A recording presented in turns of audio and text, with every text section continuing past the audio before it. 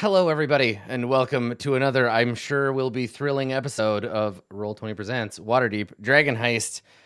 We are sans le chat down here. Jewel has evaporated into the hands of some cultists, so it's just the three of these nerds today, and I'm super excited to see if you can fight your way out. Oh, I was just gonna say, is this the first episode we've done without someone? But I realized I was not here for one episode of Tomb. There was a Tomb episode where Ishi was away, yeah, and then Ishi came in and tried to save everybody. I wasn't there. I was unconscious one week. Oh, that's right too. Also Yeah, true. Yeah. yeah. I don't know why I thought this was the first time.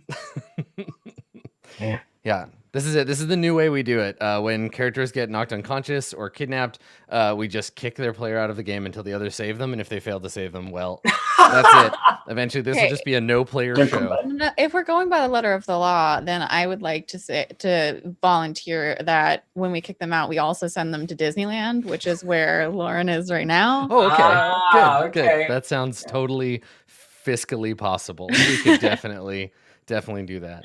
Because your consolation prize for not being in this D&D game is that you go to Disneyland. Honestly, I'm looking really busy. Honestly, so. I could take about one visit to Disneyland a year, but I could play role-playing games every goddamn day of the week, so I know which one I would pick. That's fair. If I had to choose between RPGs and Disneyland, sorry, Mickey, get the hell out of here. Yep. I'm really excited. I'm excited to play. I had folks at Roll20 Command have been asking me, "Hey Adam, when is the cast going to go to the Dungeon of the Mad Mage? We want to be ready to promote it, and we want to talk about that." And fans, everything. Let's go. Fans keep asking me like, "Are you guys going to do Mad Mage? Like when are you going to be done with the Dragon Heist?" And I'm like, listen, all right, role-playing games are a tumultuous affair, and sometimes you can guess, and other times you're like, I don't know when they're gonna get there. I don't know. Listen, it's complicated. We could have talked to the dragon and got a portion of the treasure, and I was like, nah, I feel like another episode. Watch this. And then we did. We extended the campaign. It was incredible. That's right. As a dungeon master, you got to give up control sometimes, and sometimes you got to give up control to your players. Sometimes you got to give it up to the schedule. So we just got to do what we got to do. And you know what? The yawning portal will be there waiting for us as soon as we're done faffing about with the heist. It was possible that last episode would be our last episode, but a certain old dwarf got shot with a certain character's longbow, and we're all one held action away from chaos. That's right.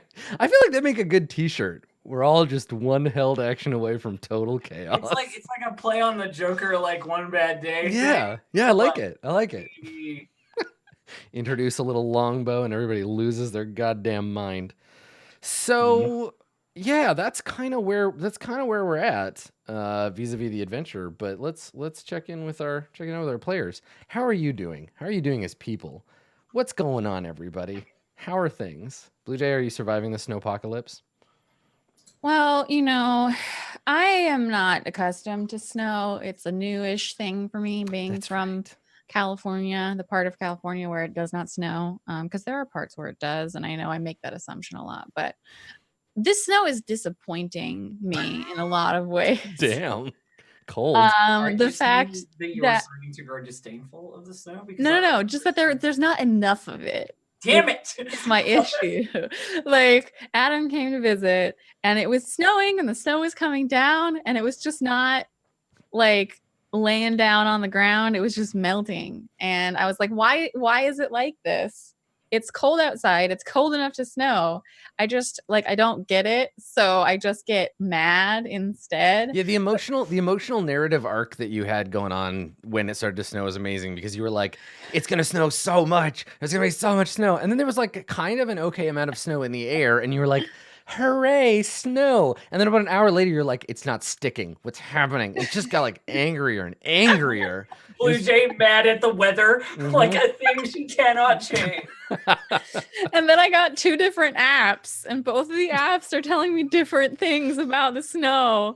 And so that's another magical way of approaching the world. The weather app doesn't tell me what I want to hear. I'm gonna download some more weather apps.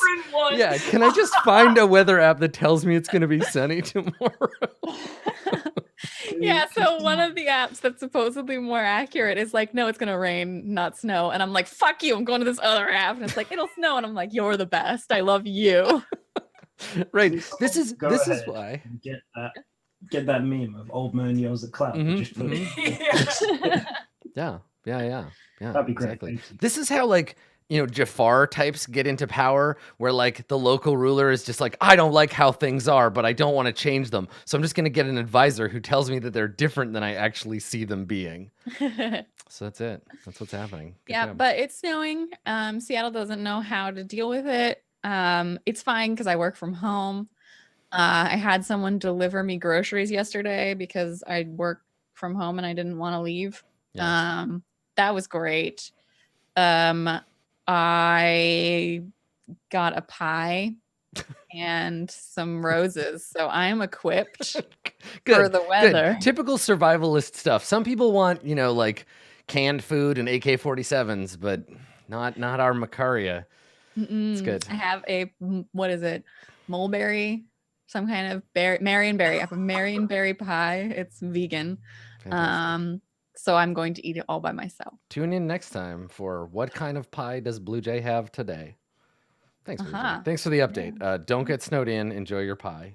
I mean, it doesn't matter if I get snowed in. Up here in Canada, we're used to the snow. It's interesting because the amount of snow that we have in Vancouver, and I'm sure, Elf, this is causing a lot of eye rolling on your behalf. The amount here is like the same, if not more, than there was in Seattle. But we're just like, yes, it's winter. It's winter. That's how it goes. Yeah. What I would say is I don't know that I have more snow necessarily. I think I do, but I'm not an avid weather report app connoisseur as Blue Jay is. So I don't have several weather report apps to tell me the depth or breadth of snow. I just know that it's fucking cold and has been fucking cold for a really long time. Today's the coldest it's been. Today's the coldest it's been here, and it doesn't get that cold, but it's like -10 or something today. So like, that's a lot for us. Like -20 something. Yeah. Like -23. I don't know. It's not as bad as it was a little while ago, but you know. So what's what temperature does your LARPing bottom out on? Like at what point? Never. You're like no. Nice. In winter, the way that we do it is usually we rent like Christian camps and stuff, that summer camps and whatever, and that kind of crap. I'm aware that of them. Like cabins. Yeah. Here the cabins are often heated. So we're the people who give them business over winter. Right. We just like stay inside when we're sleeping and then dress appropriately and come out and kill things, like fake things, obviously. But like that. Right. I mean, there's this other thing where people go out into the wilderness and kill things, but that's called hunting. That's a different. That's very different. Yeah. Don't get them confused. Yeah, they're different. They're different things, and yeah.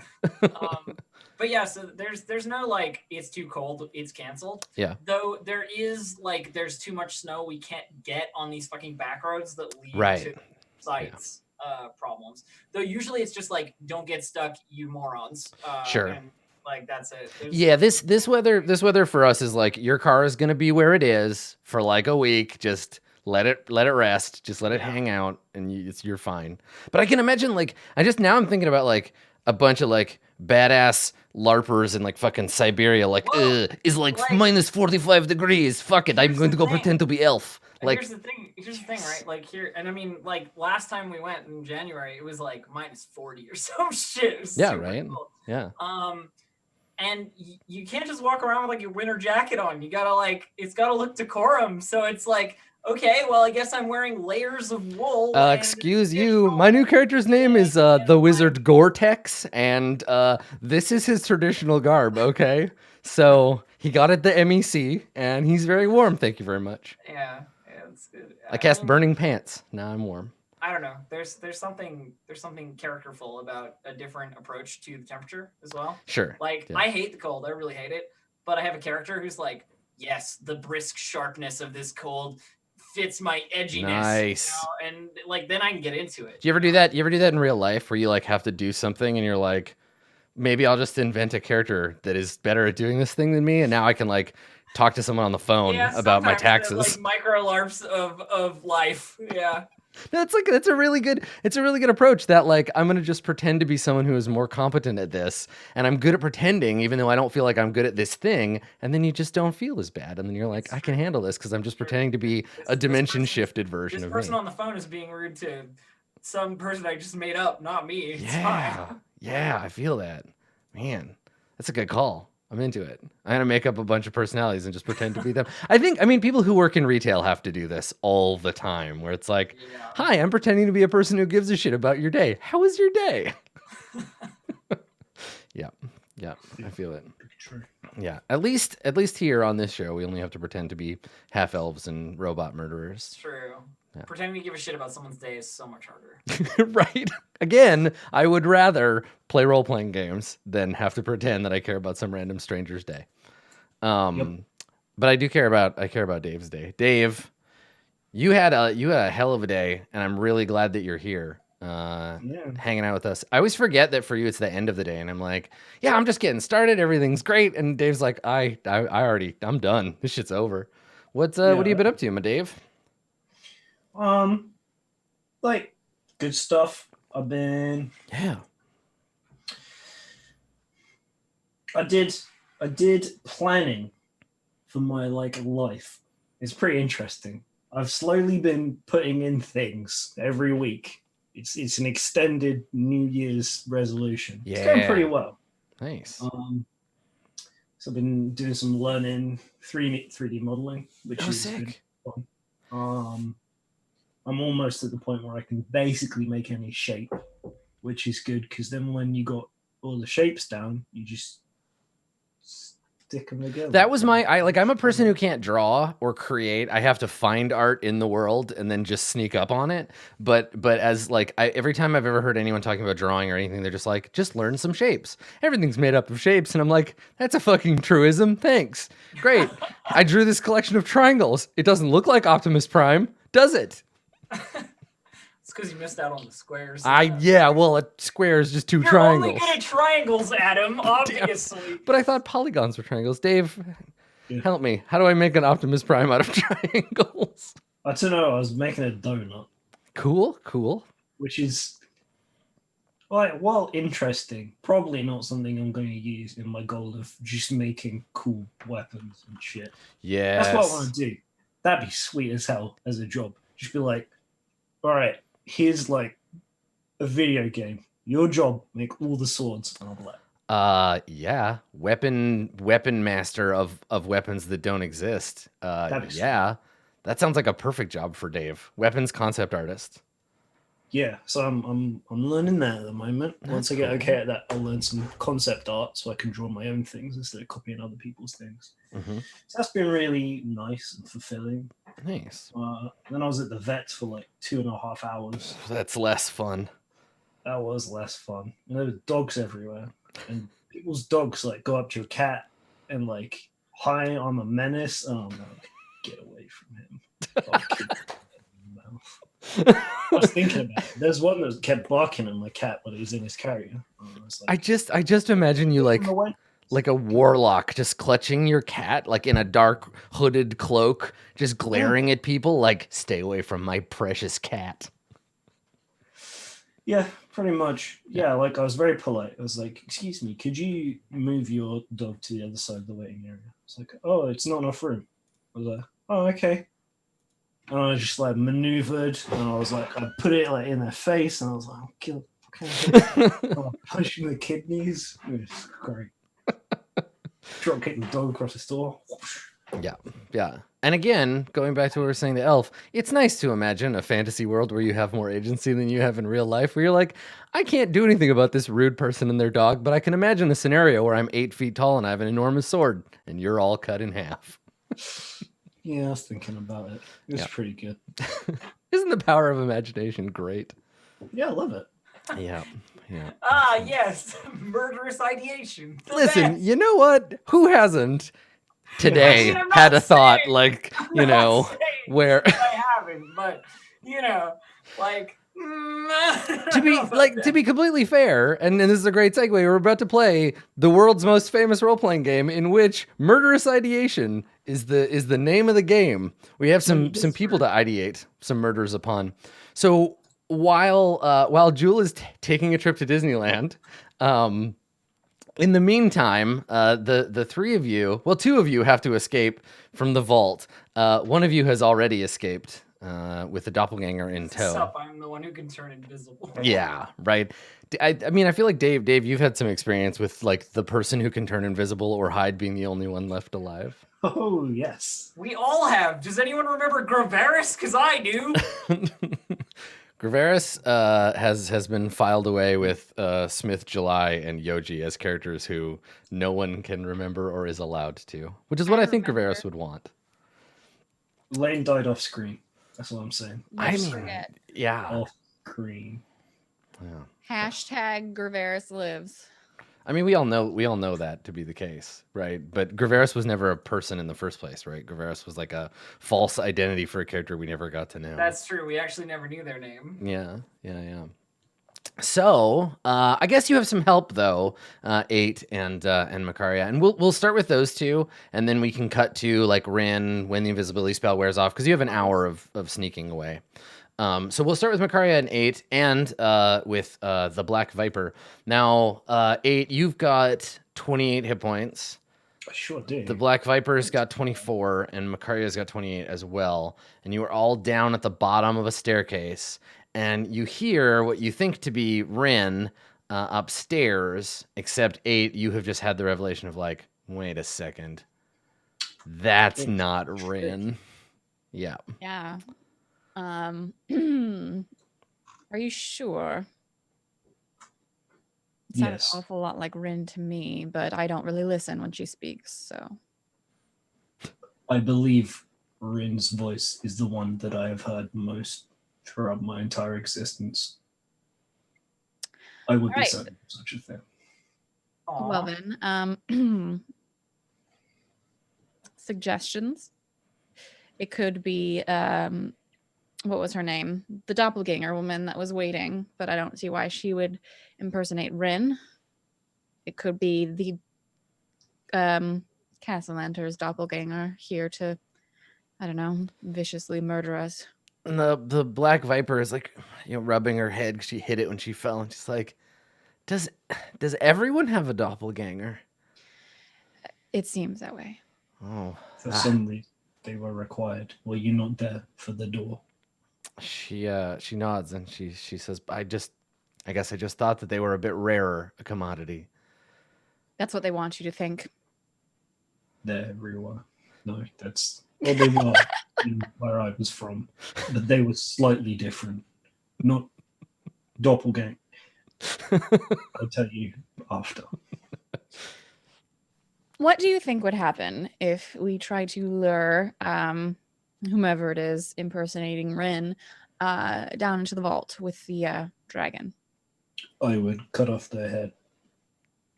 Or we could just, I mean, sure, that sounds like the most direct route. How about you go ahead, 8? I'll be down here. You need to hide as well. It would not be a good ambush if they can see some of us.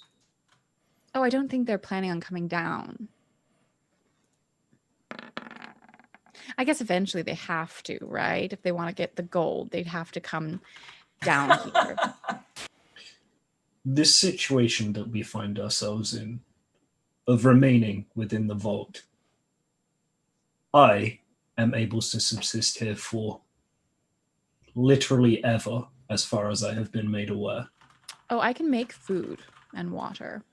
I do not need either of these. I mean, for myself and maybe her if she's not annoying. You hear a voice from inside the vault. You can't stay here. It's my vault. Get out. Yes, we're working on it. Anytime now. So Senile drain. I'm not no good at pretense. I yell up the stairs. We know you're not Rin.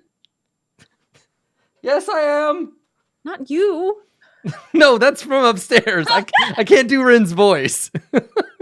You hear from upstairs. What are you talking about? Of course I am. I'm not stupid. It was me who, but There's silence. Can you make a perception check, both of you? Sure. Hmm. I get a 9. Okay. I get that. Nice. Get the 18. Okay. So you hear whispering upstairs. Like there's like a couple of voices. 8. How many like steps is it up the stairs? Well, let's see. If we were to guess, each square is 15, but it doesn't say. You know what? I bet you the description of this area will let me No, know. he says how tall the ceilings It probably are. says no. It probably says how many, because it often says like X amount of stairs down or like however far. So Oh, let me okay. look in area V7 and I will find out. Anyway, I probably don't hear anything. No, or at you least just hear- whispering, but 8 like actually hears stuff. Yeah. And I just Ooh, okay. It's a long staircase. Let's see. A spiral stone staircase descending 120 feet. wow. All right. So like 10 You stories. have very good hearing. Yeah. I mean, guess I it do. echoes and they're shouting and stuff, but yeah, you hear. Do I have any stuff in my pack that would come up with a good plan? God, I remember what happened last time there were enemies at the top of the staircase that I walked down. It was a long time ago, but it was a good trap, and it involved butter and bullberries. What? Yeah, you're lucky that they don't have any like boiling oil or whatever to pour down the stairs.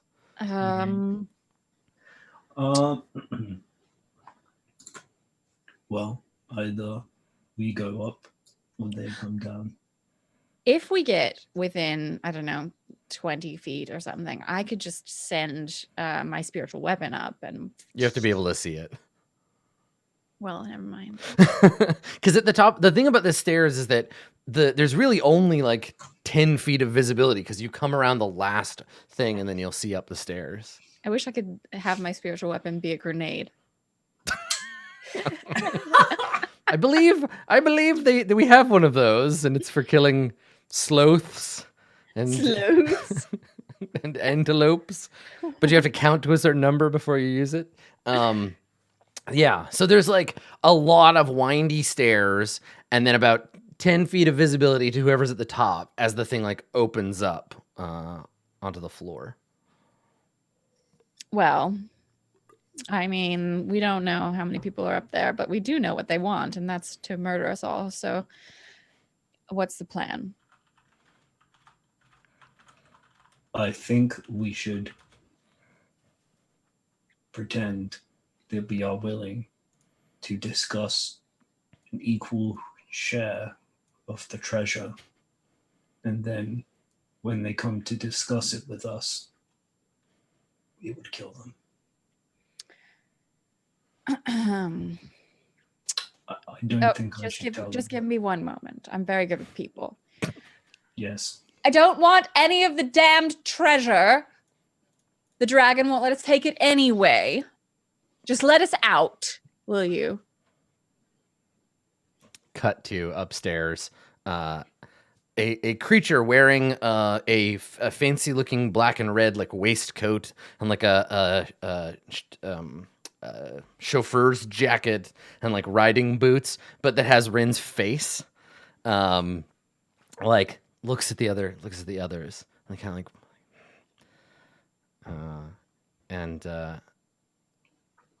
and then turns back and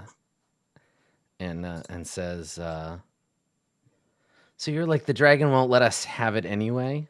Yeah. I think then you hear the voice of Willifert Crowell, the footman, the demonic footman, the tiefling footman, and he says, "What's this about a dragon?" And it all like echoes off the stairs. I told you. See, This is the most annoying negotiation of all time, but I know they'll kill me. You didn't suppose that that Rainer, what's his face, left all that money down here unguarded, did you? If you did, you're an idiot. In fact, I think you're an idiot, whether you did or not. I assume you see that part quiet. Yes. Okay. So there's a pause, and you're like, And you say it's being guarded? Of course it is. Oh my god.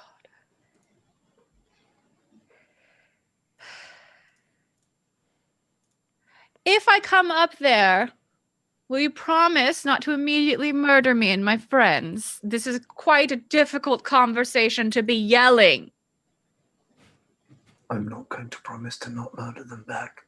No, I didn't ask for you to promise that. So I'm not sure who needs to make the deception check. There's a lot of bullshit going on here. I think it's probably me. So but you haven't made an offer. You haven't lied. You've just said, "Are you going to promise not to?" Then there's a pause, and then you hear, and they're like echoing off the. I think it's an walls. insight check then. Yeah. Well, so you hear echoing off the walls. You hear, "Why don't you tell us what you and your friends propose?"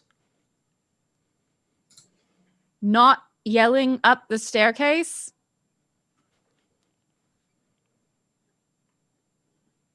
I mean, they don't care about that. They can just leave you down here and be like, "Fuck you, you'll die of old age. Like, you'll starve." But like, if you have something you want them to do, you have to tell them. You can't just kind of be like, they don't care about yelling. Oh, okay. They don't like you. They want you dead. So you have to like give me something to roll against, right? Like, because right now they have a huge advantage over you in the sense that they know they're blocking the only way out. Right. Leverage. Tell them that I won't kill them, but I actually will. That's So deceptive. So deceptive. I will tell you the plan to circumvent the Dragon Guardian and allow you to take as much of the gold as you can carry if you'll not kill us. I don't know. All right, make a deception check. Okay. 7. Oh dear. Okay. All right, chat. You're gonna be able to see this, but they won't. So. Okay, so there's a shout from upstairs. It's like you hear some more whispering, and like they might believe that you know some secret thing about the vault that they don't because you beat them here, right? So, you hear the voice come down the stairs like, "Very well, come on up." 8. You know that they're going to murder us all, right? Or Yes. try, rather. When we get like halfway up the stairs, can you cast a bunch of buff spells on me so I can kill them? I can cast 1. Yes. If you prefer that to healing, I only have the 1. Yes. All right. Well, go ahead. I will follow you. Good. Sorry, Viper, you don't mind that we're just going to murder them? I don't know where you stand on the murdering strangers front.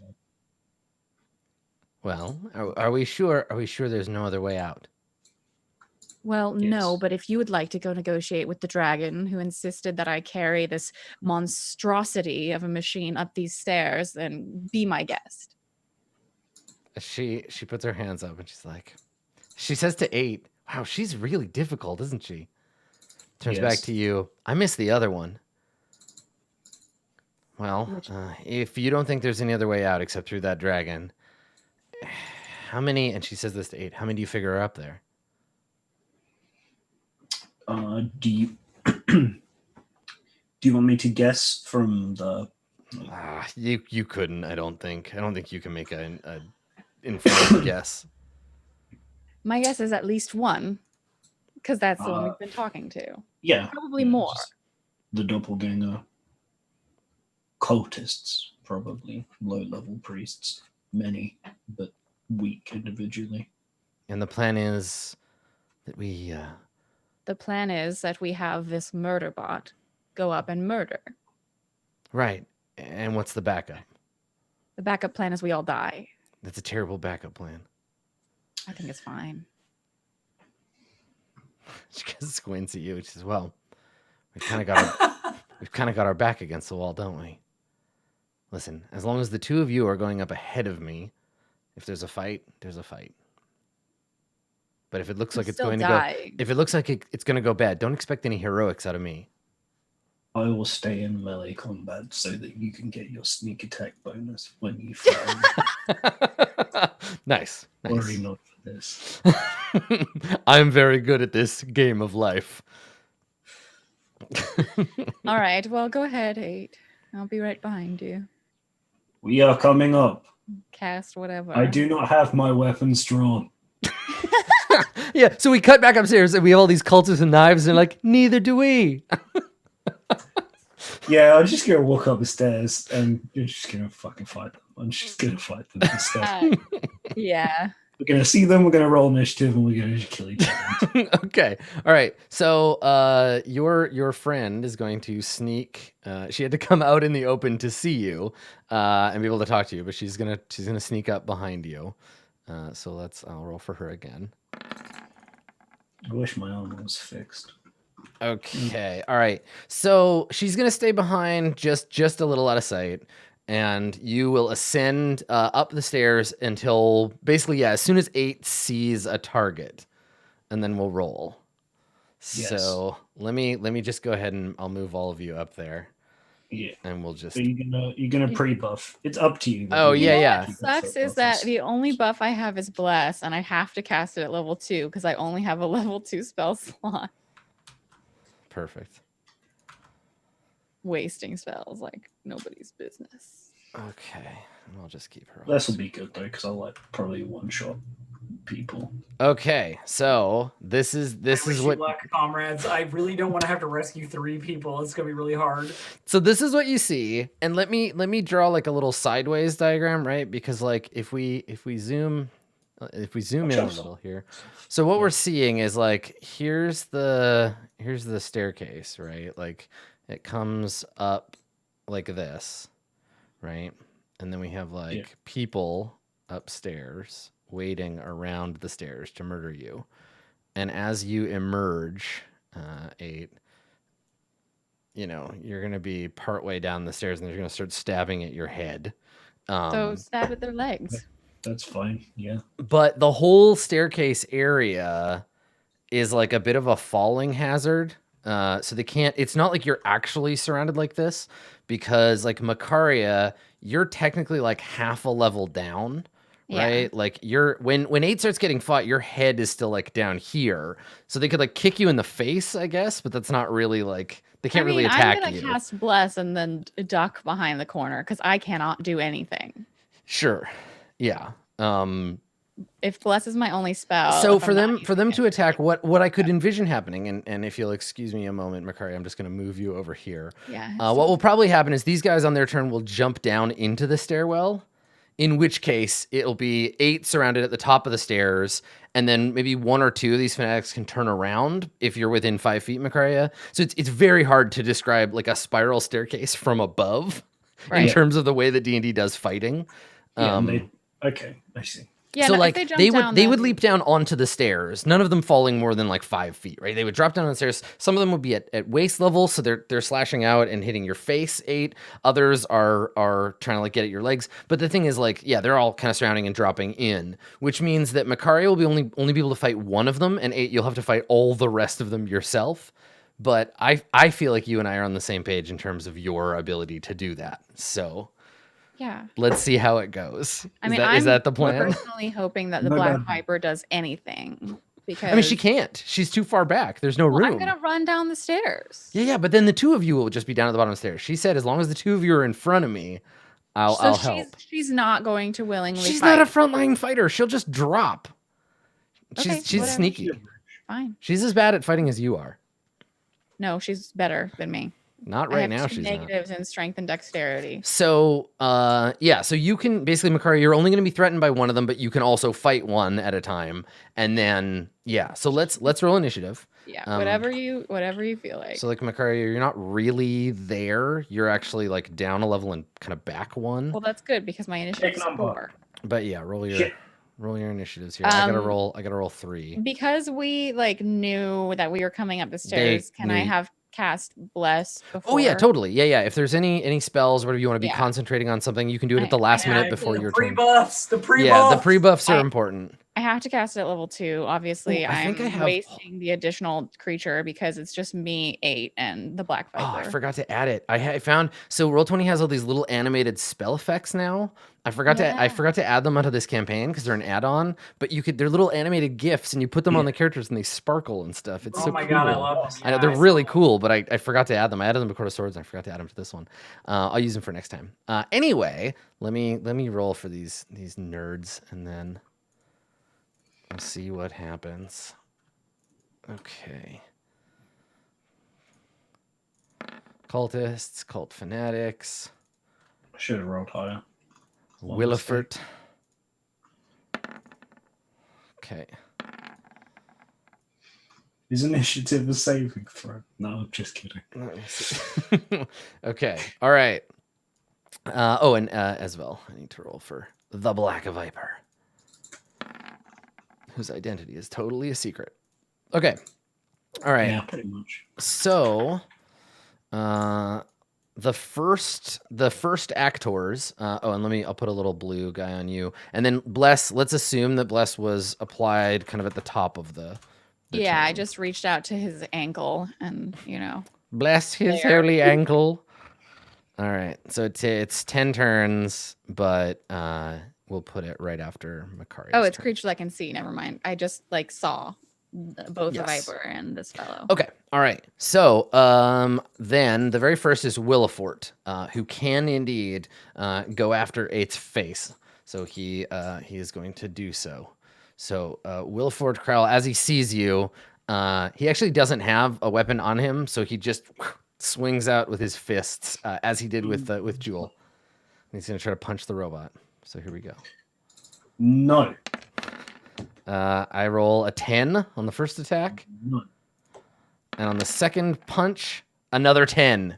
So I think he just rings you like a bell, but you don't feel it. He's just like punch, but your head is made out of metal, and it doesn't. It's just like There's just like a dull clanging noise.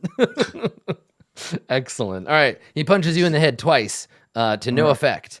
Then the fanatics, they will get to go. Let's see. 1, 2, 3. Okay, this is gonna get complicated. Give me a second. I need a spiritual weapon, and I need lots of them. So let's see. I'm just gonna find a random sword token.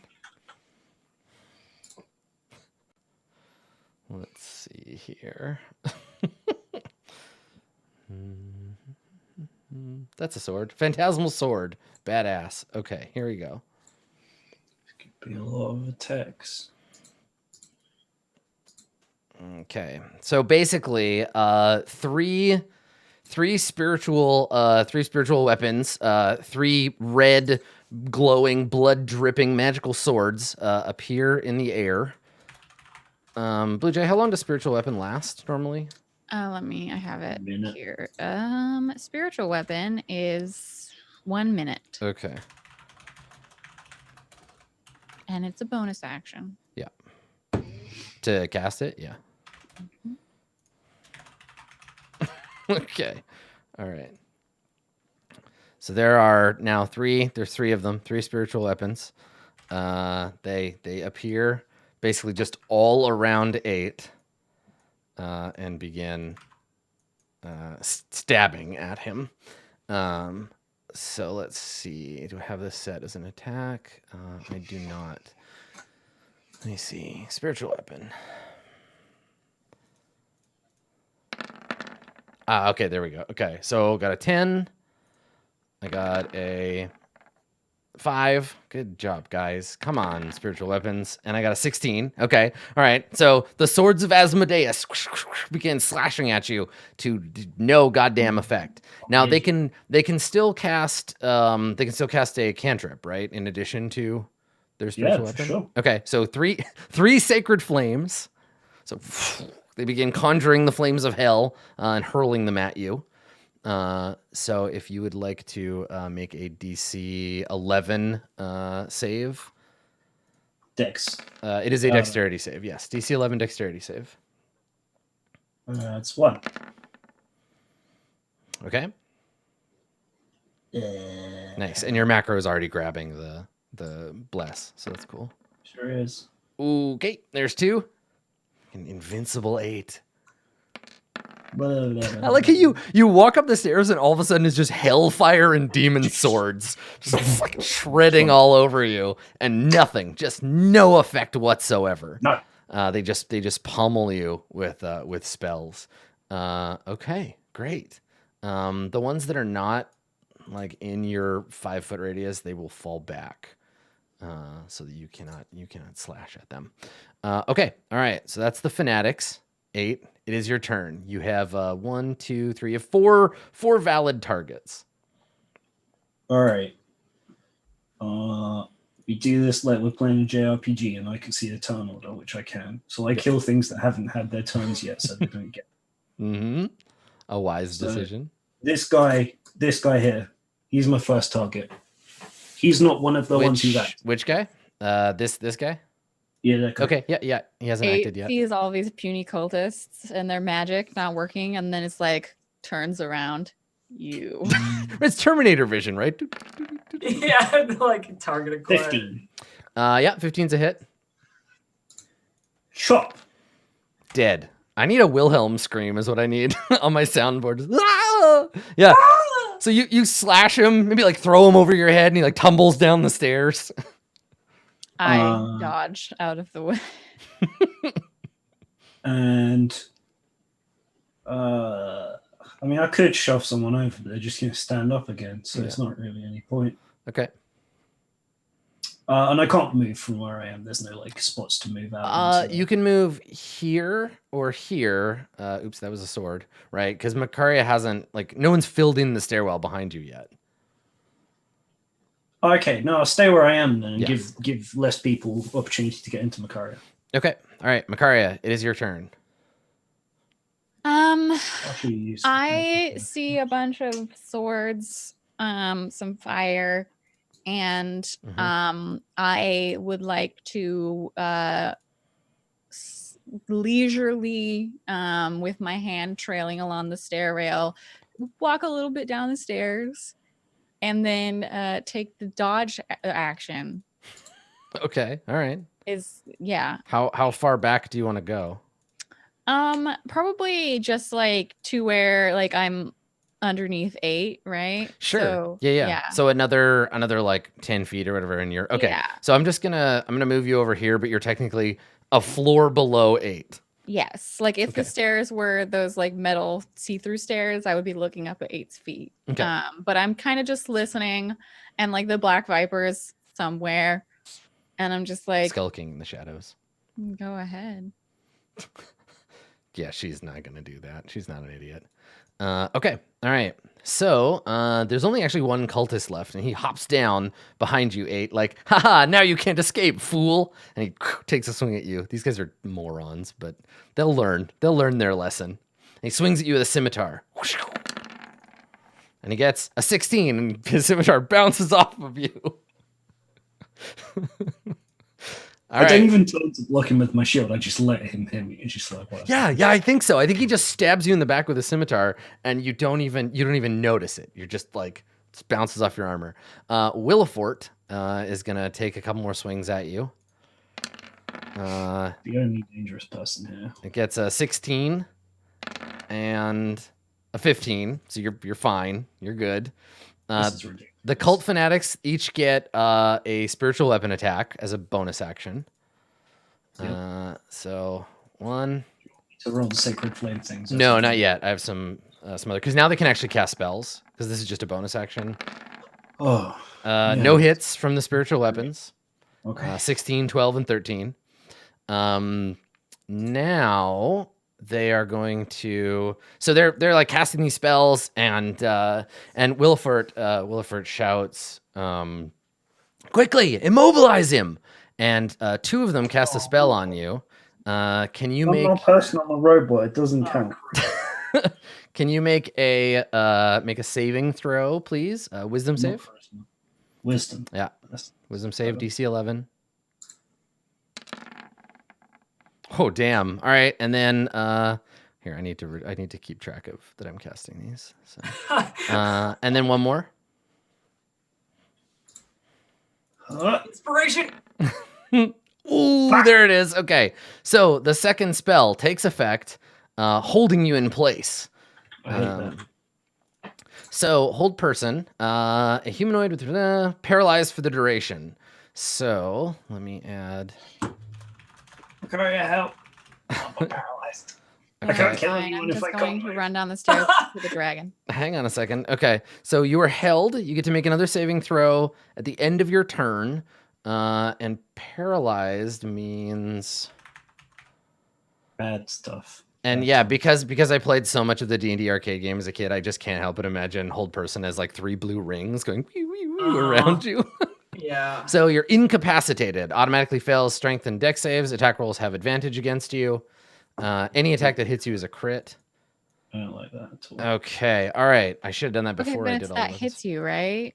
Okay, and then that was 2 hold persons. So the last cult fanatic is going to cast inflict wounds Don't even touch me. at 2nd level. So 20 he hits. He gets a crit. You take 6, 12, 15 necrotic damage. Ow, ow, ow, ow, ow. Hold on. Let me see how this works. So it's giving me. I never cast spells because I use monsters. So when I cast it at higher level, and Makari, you can help me with this. It displays No. 2 different numbers. Do I add all of the numbers together? Yeah. For that macro.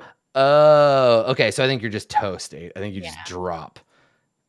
Because yeah, it's like 17 plus 16 plus 6 plus 9. So Holy crap. you're just down. So he just reaches out, sneering, like, ha ha ha, I've got you now. His hand starts to burn, and he just puts his hand on your chest, and you just like tumble backwards down the stairs. I really wish I would have finished that spell. Okay. Figured out if my god wanted me to die today, but That's not massive damage, right? No, not Oh even no, close. 8 has a lot of hit I points. just want to make sure, because for me, I'd be dead. Oh yeah, you'd be toast for My sure. squishy bard self would be fucked. Yeah, it's a lot. Okay, so 8, can you make a death save?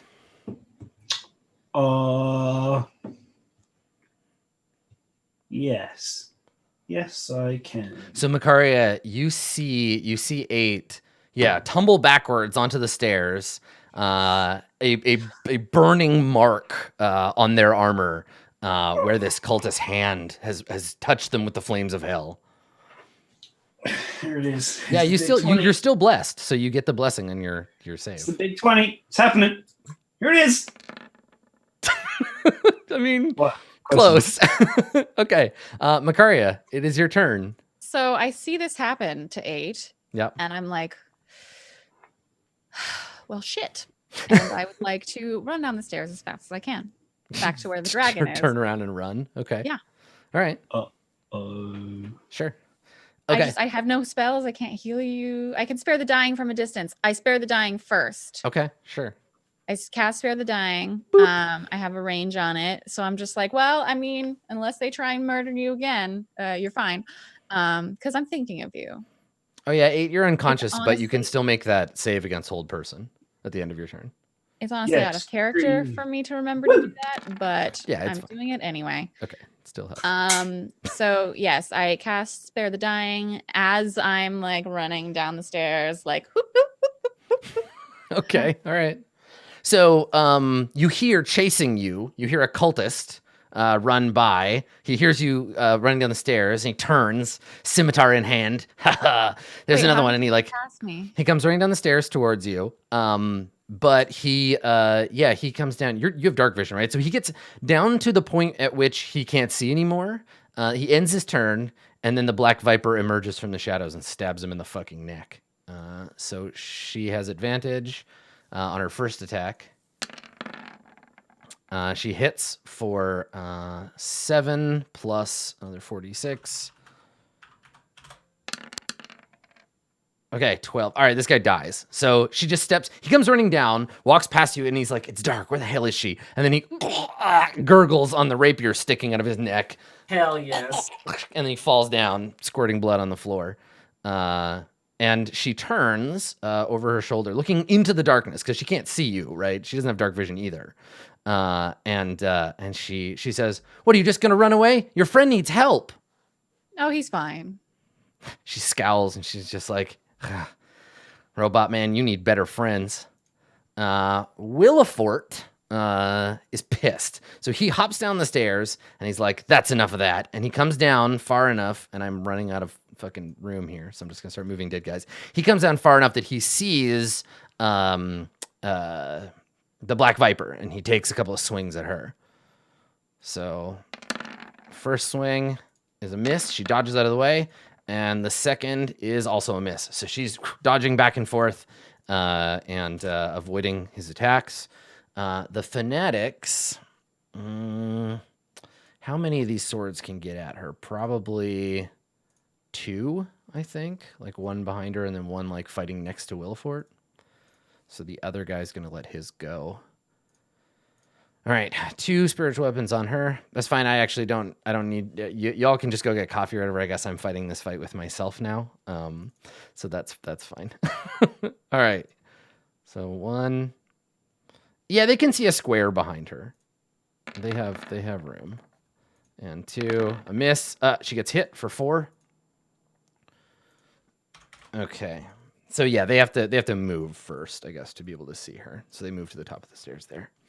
Okay, and then 8. You don't have to make a death save, but we can assume the hold person lasts until it doesn't. But we'll keep it going just in case you get some hit points. Yeah, go ahead. Roll your save. Oh yeah, she has uncanny dodge too. So okay, you're still held. As well has uncanny dodge, which means, or sorry, evasion. Let's see. Oh, no, here it is. Cunning. Bonus action. Take that. Sneak attack. Evasion. And halves the damage. All right. Okay. So, yeah, I do have to declare it when she takes the damage. So she only takes... Does she have danger sense? She only takes 2. She does not. She does not have danger sense. She has a bunch of other rogue abilities. But she doesn't have a barbarian ability. But she could. Yeah. Makaria, it is your turn. You hear Esvel, like, fighting up the stairs. I mean, I guess you can see her if you're not standing too far back. Cool. I don't care about her. Okay. I continue running down the stairs. Okay. And I'm yelling, Mr. Dragon, I tried to leave and they tried to kill me. So 120 feet of stairs, you can get down there in 2 rounds. So you're halfway down the stairs. Sure. Shouting. Okay. All right. The cultists are all dead, the regular cultists. Esvel will make her attacks on Willifort. So Willie's hit point, or Willie's AC is 14. Okay, here we go. 1. 2. 3. All right, she hits him twice. This is a very crowded battle. Okay, all right. And now it's his turn. He attacks her. 1, 2. Ugh. Hits her for 9, which is reduced down to 5. Or 4, rather. Okay. All right. She's not looking so good. The cult fanatics get to attack her with the spiritual weapons. 1 and 2. They both miss. The third fanatic, I think, drags 8 up the stairs. Tosses their sword aside, basically like disarms them to make sure that if they come back to life, and I think they don't understand that you're like dying or whatever. They just think they're like they're probably dead. Like this one's been deactivated because you're not a person, right? Right. Like there's no pulse to begin with. Right. So they have no reason to be like, oh, let's finish the job, like hack in at you or anything. Make that save, 8, even though it's the secret most powerful racial. Nobody knows that they should finish you off. There it is. Okay. There's my big 20. Oh, shit. Only I'd rather that will come back to life. So you're no longer held. So let me clear hold person there. Okay, Makaria, you get to the bottom of the stairs. Mr. Dragon, sir, can I just hang down here until they, leave? I really don't want to. Well, I mean, in some situations, murder's I just fine. love... I just...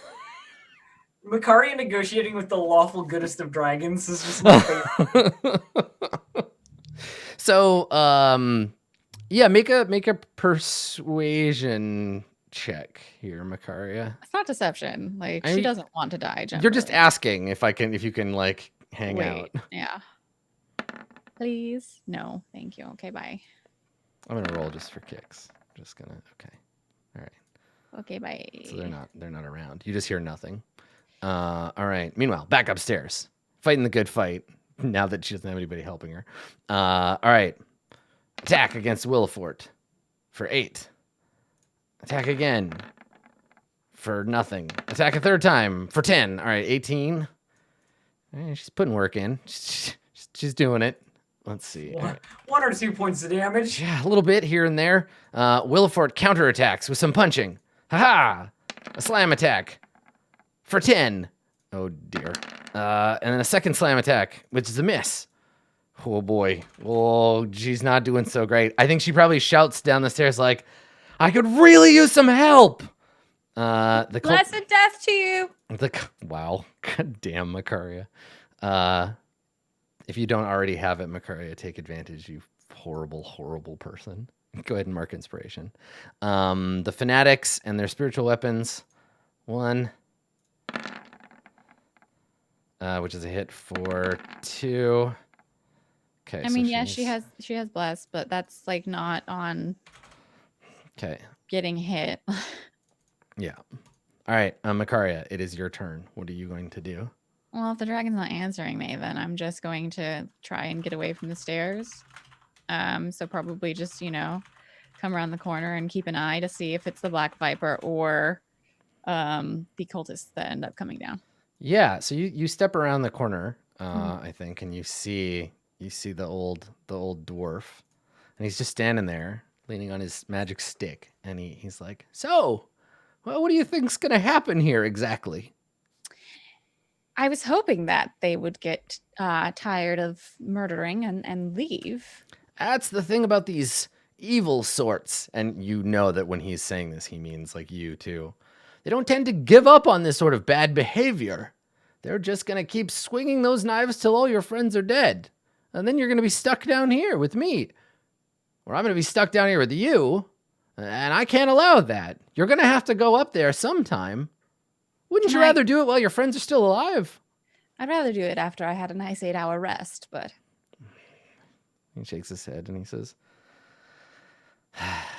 "You're not going to get a nice rest with their death on your conscience, are you?" No? No, I didn't think so. Ow, it's hard being the good guy. You have to do difficult things sometimes. Like a heroic run up the stairs to save your friends. You realize that I have literally almost zero capability of saving them. That's just quitter talk. And he points the staff at you and he says, "You have to believe in yourself." Oh no, believe in the heart and your friends. Oh no. Really? That's your argument. You have to believe in yourself. He nods and he says, "Well, it's certainly better than believing in a dead god." You can either let me stay down here or you can kill me yourself. I'm not going up that staircase. He shakes his head. He says, "I don't want to kill you." I didn't think so. "But you can't stay down here. It's against the rules." Just give me a moment. And he nods. And he says, "I hope you make the right decision soon." Or what? You hear a scream from upstairs as the Black Viper fights for her life. So, let's see here. Hit for 10. She's attacking. Hit for 6 was a good turn for the Black Viper. And I think that's a hit too. Let's see. Yeah, and a hit for 8. Oh, did she beat him? Let's see. 10, 6. Oh, by 1 hit point. Okay, so you hear her. Her scream starts as like fear, right, and then becomes like, no, fuck this, and fuck you, and fuck your stupid god. And there's the like wet sound of blood on stone, and yeah, you hear her like shrieking basically as she like goes ham on this dude with her sword. The cult fanatics continue their spiritual weapon onslaught. So let's see how this turn goes. 1 and 2. 1 hit on her for exactly enough. Right afterwards, the sword of Asmodeus pierces her chest, and she falls to the ground. And downstairs, the dragon looks at you and he says, "All there's going to be when you're done, if you wait down here, is corpses. And I know how much you think you like those." I mean, even the uncanny dodge won't save her, right? She had 1 hit point. I guess she had, let's see, she has 7. So, oh yeah, okay, the dodge saves her. So it's not a final blow. So she has 3 hit points. Okay. All right. Makaria, you have 1 more chance to go give her some more hit points. Or I guess it's too late. Like, she's already at the stairs. I have no spells. I can't give her more hit points. Mm-hmm. All I can do is like, I could kill her. I mean, what do you want me to do? That's like, okay. Yeah. I can't. her blessed death rather than being sent to hell or whatever by these Asmodeus cultists. How far is she up the stairs? I mean, she's 2 rounds up. You spent all this time running downstairs. Yeah, I did. The dragon's trying to talk me into being a good person, and I'm literally just like filing my nails. I don't care. Yeah. I can't do anything. Okay. So, with no other recourse, the Black Viper leaps over the corpse of her enemies, runs to the top of the stairs, and starts fucking swinging. So she's going to attack the nearest cultist. I got nicer. I got to make concentration saves against myself. So she gets 5 on this guy. And then he needs to make a saving throw, which is con... And it's 10 or half the damage or something. Okay, so the weapon stays. Attacks again, which is a miss. Oh, no, that's a hit for 10. And then a crit. Nice. Okay. So 10. I make that fucking save again. Yeah, spiritual weapon is not concentration. Oh, it's not. Okay, great. Thank you. And then another 6. Okay, all right.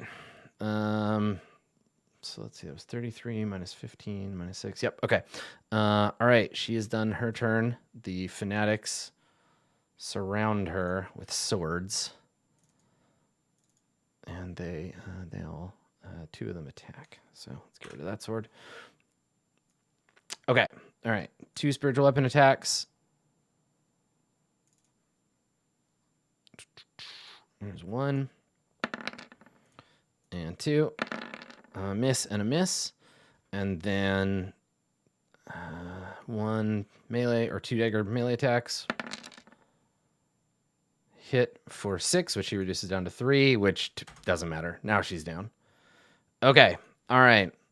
So the other fanatic, I guess, who didn't use his action, will grab her body and drag her over here. All right, Makaria, just hanging out downstairs. Yeah. Okay. I'm waiting at the corner to see like who comes down. All right. Like, or if anyone comes down, right? Like, yeah. I think at this point there's only 3 of them left, and they have 2 more prisoners. I'm going to. So we cut to upstairs, and this is great. So there's 3 of them. They've got Esvel, and because they're just henchmen, they don't take her mask off because they are respecting the conventions of superhero fiction.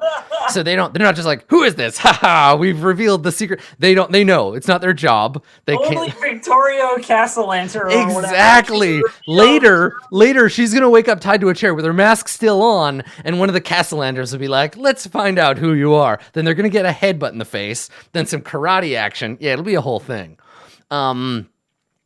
So I think the one that was going through your stuff, 8. Do you have anything worth stealing? Do you have anything that the cultists would take from you? Let me look at your. Can I go through your inventory? Do you mind? Yeah, but Okay. not really. I've got smith's tools, weaver's tools, a portable ram if they can carry it. Okay. Sledgehammer, climber's kit. So many weapons.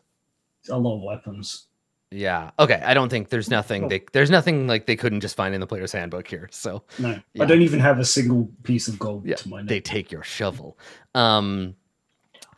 So they the shovel. Yeah, I think the cultists, keeping in with the way I've been playing them, I think 2 of the cultists lift the unconscious, multiply stabbed black viper. And they're like, ugh, they get her and they're gonna take her out. She's a valuable, they've got Batman, right? So they take her, and the fanatic that was going through your stuff gets up, like brushes his robes off, looks at you like,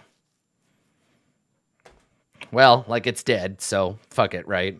And then carrying a 600-pound 8 out of the fucking. Well, no, the question wasn't to carry you, but whether to just like hack you into pieces, right? Like finish the job. But they don't know that they haven't already. I think that's reasonable.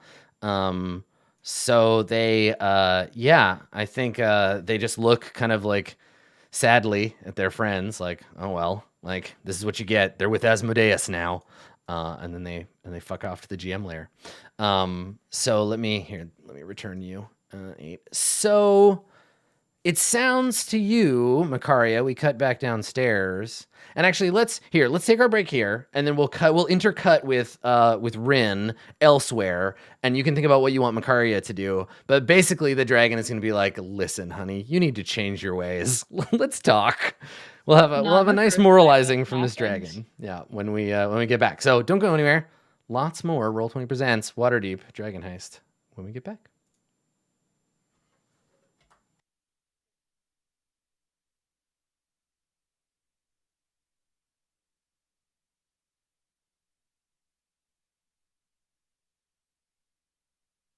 This stream is brought to you by Roll20, an easy-to-use virtual tabletop dedicated to making tabletop RPGs accessible to everyone. Join the adventuring party at roll20.net.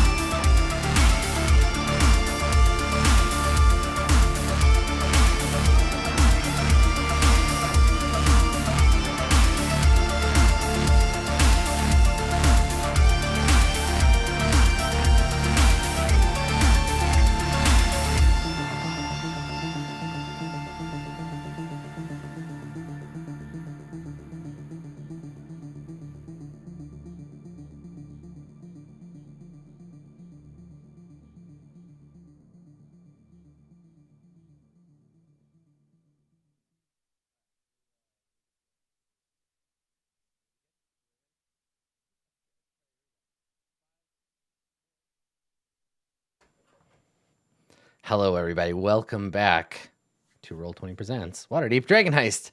It's gotten a lot more complicated. There's unconsciousness. There's a robot got knocked out. I feel like this wasn't the direction anybody planned for this to go. You know, I mean, we have this expectation of how like a narrative arc is supposed to work, and it's like we get to the big climax and it goes wrong, and then it goes wrong again in a different way, and then you have to leave and come back, and it's just this whole thing. And this is why trying to plan structural elements in a role-playing game is not, it doesn't. So anyway, Rin, where do you take Bonnie? Bonnie is unconscious. You're in kind of like a crummy part of town. Let me take you to the map of Waterdeep. I have like 3 options, and I was okay. talking to chat about this. So hold on, how strong? So how strong is Rin? What's your strength? 10, I think. Okay, so averagely strong. Let me check though. Yeah, 10. Can you make an athletics check for me? Sure. I just want to see how far you get before you get tired, like lugging this 14 doppel lady around. Okay, all right, so like a reasonable distance. I think, where did we? Yeah, like where are we? Yeah, where the F are you? I don't think that this is a. Let me look at the map. We'll see if there's, because what did I say was in the southern ward? Colette Tower, Helms Hall. Okay, so there isn't a clear indication of where this is. I think because it's variable. For some of the other places. Do we want to just like declare one? I'll just put a red X on the map. Yeah, do it. Where I imagine it will be, because it doesn't super matter for this particular jam. So let's put it somewhere in the southern ward. Let's jam y'all in here, and I'll make that like much easier to see. Let's do it in big pirate font. There you go. Okay. Oh yeah, I see. So right down there, So off the high road. Every single place that I would go is on like the other side of town. Yeah, you're in a bad neighborhood that you're not familiar with. Like, just, yep. I mean, this is back kind of where the adventure began, right? Because like down here is the old Zoblob shop, the warehouse where you fought the Zentarums over here, skewered dragons down there, all that Act 1 stuff. I feel like the yawning portal is the closest thing. The yawning portal's over but there. It's I not know, but like the closest super thing far. You know about, right? It's not like mega far by comparison with anything else I would go to. Yeah. So I need to drop off the doppelganger lady, and I don't really think I can get anywhere else with her that I feel safe like leaving her. Mm-hmm. I don't think. There are other people in whose tender care she would be safe, but we'll keep that for a different, because I'm not gonna be able to get to like the north side of town.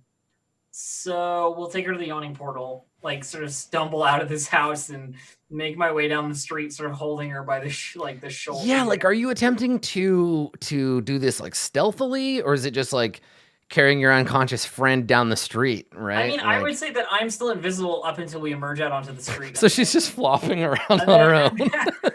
And then I dismiss it because that would provide more attention. Yeah, that would be really weird to see her weekend at Bernieing herself.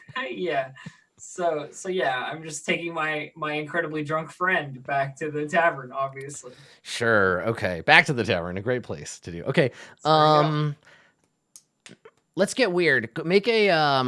Make a stealth roll with charisma, because you're not trying to physically hide. Okay. You're not physically trying to hide. You're just trying to make an inconspicuous roll.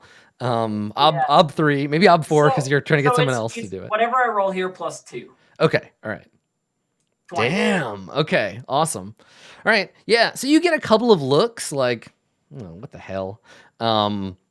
And maybe too early for this. Yeah, maybe you go by some town guards, right? You're like heading down Bryan Street for some reason. You're heading down the street, and yeah, you get some guards that kind of look at you like, do they need help? And they're like, no, it's fine. It's just a drunk.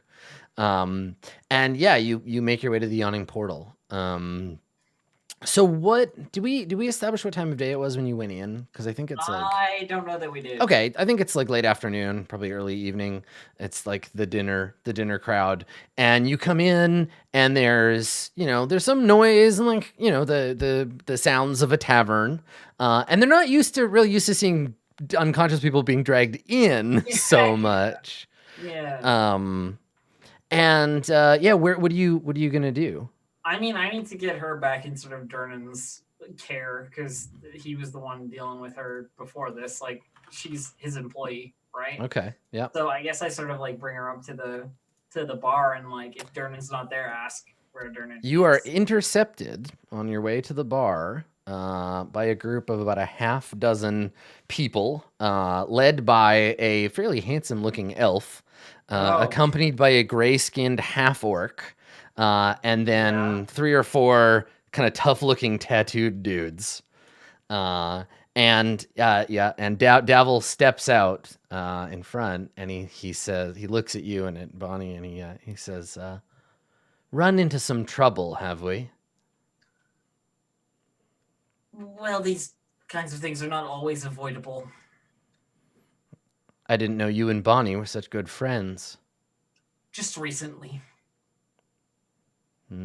This doesn't have anything to do with that windmill in the southern ward, does it?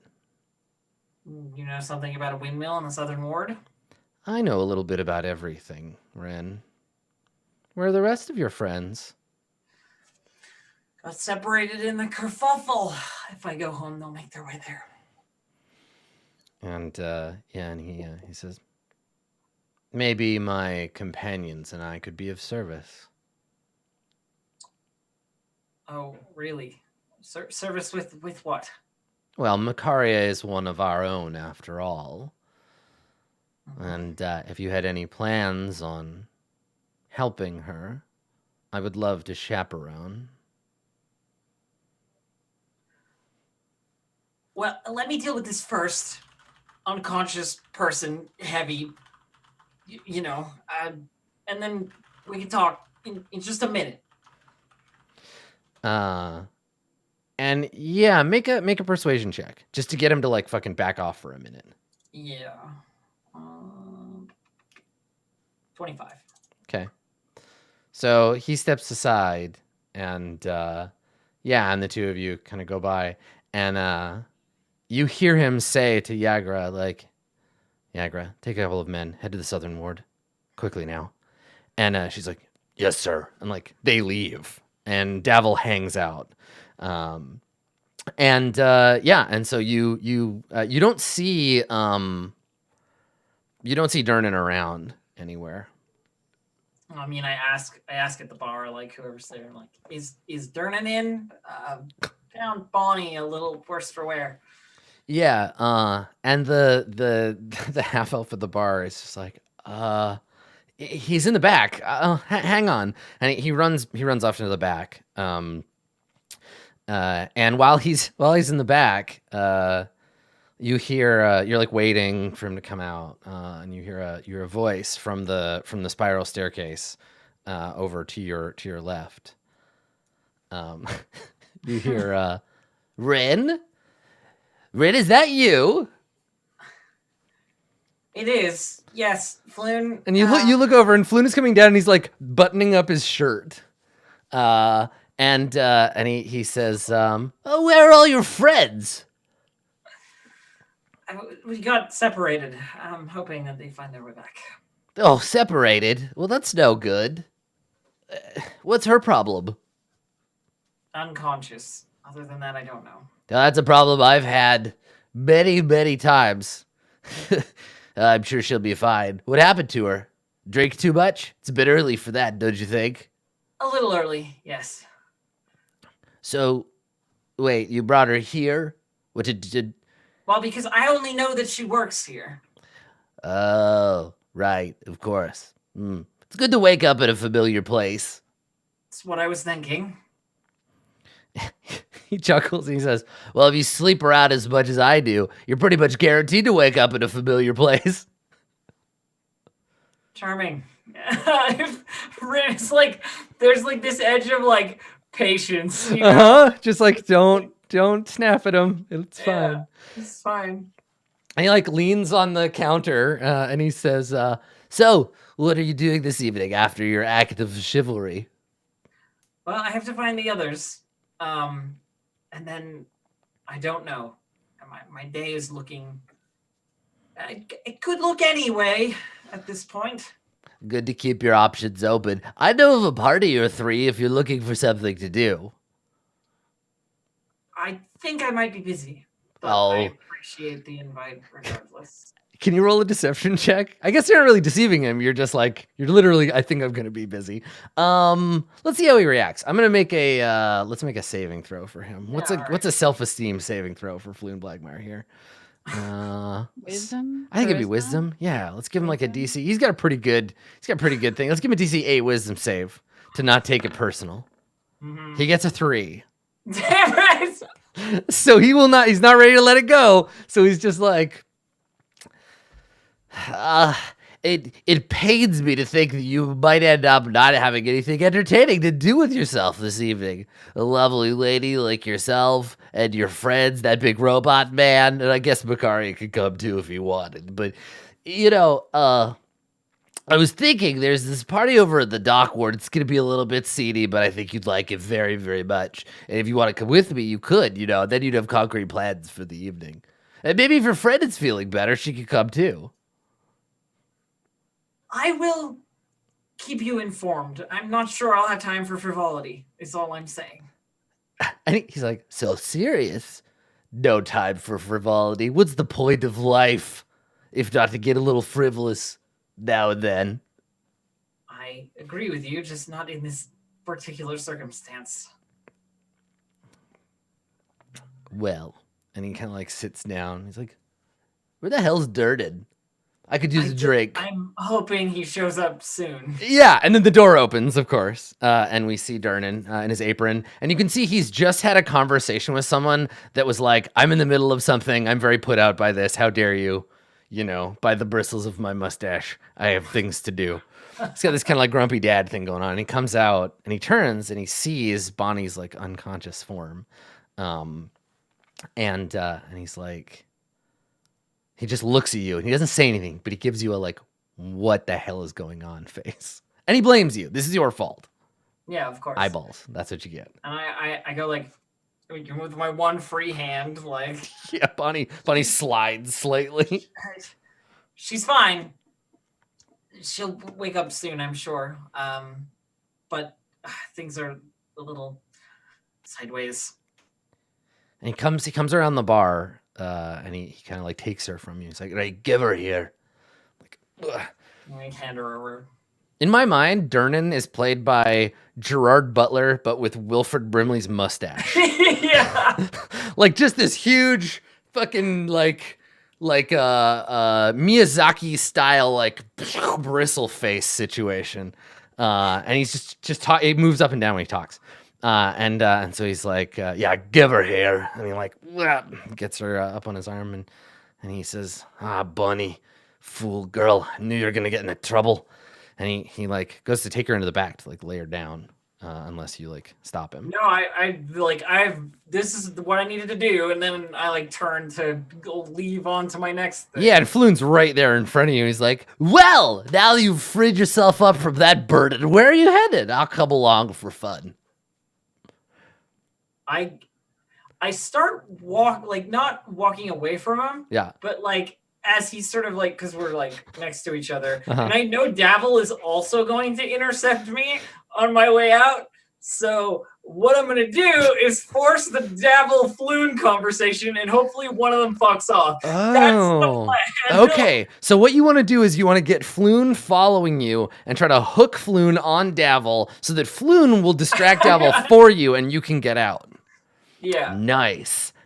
That is some excellent planning. Okay. What skill what skill do we think is appropriate for this? Like, it's sleight of hand, but social sleight of hand. It's deception. I think it's charisma based. Yeah, it's definitely like a charisma thing. It's you're like trying to like position people. this is the same. This is the same move you would do at a formal dance where you want to like pawn off a partner you don't want on someone else. It could right? be it could be performance. I feel like it's not performance. This doesn't have a skill for it. It's like acrobatics with charisma. It's not like I don't think D&D has a skill for this. But let me look at the list. Deception or performance are the ones that are most suitable. Yeah, I'm gonna look. Hang on a second. Where did I keep my PCs? I can't remember where I put you guys. But yeah, okay. You know what? Let's do deception. Okay. Sick. Why did you roll religion, Dave? Why? I'm helping. You're not helping. You're just getting in the way. Oh, that was mean. So I will roll a deception roll here. 9. Oof. Why didn't you take the 17? Because it was cheating and that was Dave's roll. Okay, so what happens instead is you get caught between the two of them. Yeah. So Devil steps out as you're leaving, and he's like, Rin, a moment. And then from behind you, Floon is like, oh, hello, Devil. And then the two of them, like, Floon is talking past you, and then Floon is like, yes, Rin and I were just heading out. We're on our way to a party. It's going to be very excited. We're going to pick up our friends first. And Devil's like, oh, that's interesting, Floon. And he kind of is looking at you like, oh, where are you going? Before you go, why don't we all have a drink? And Floon's like, oh, drink, that sounds lovely. Come along, Rin. And he like puts his arm around you. I don't really have time. Like, so trying to get the fuck out of here. Yeah, and so Floon has his arm around you, and you're just like awash in his perfume, and he like leads you over to his favorite table. And Devil like waves to the bartender. Adam, I cast invisibility. Okay. All right. Yeah, sure. I think that's probably like a surprise to both of them. So you turn invisible, and then what do you do? I just like, I'm getting pulled into this thing. I'm like, I don't really have time. And then poof, invisible. And then I leave as fast as I can. So let me see here. Give me a second. Let me pull. I'm out of level 2 spells now. I just got to pull up Davil's character sheet. Can you just roll initiative? Because I think I'm gonna make some checks for Devil, but go ahead and make a quick initiative roll. 10, it's a 10. You got 10. Okay, Devil got an 18. I'm gonna roll. What's your spell DC? 14. Okay, I'm gonna roll an Arcana check to see if Devil recognizes what you're doing. He does. Yeah. Okay, so you start to like cast the spell. And I'll give you you can make an acrobatics check if you want, but he's gonna try to get his hand over your mouth, like not so fast, and like stop you from trying to stop you from casting or interfere with your spell. Can I make an acrobatics? Yeah, if you want to try to like duck under him, then cast the spell and run for it, you can. Yeah, but basically he turns and sees you. You see that recognition in his eyes, like, I know what you're doing, and he goes to grab you.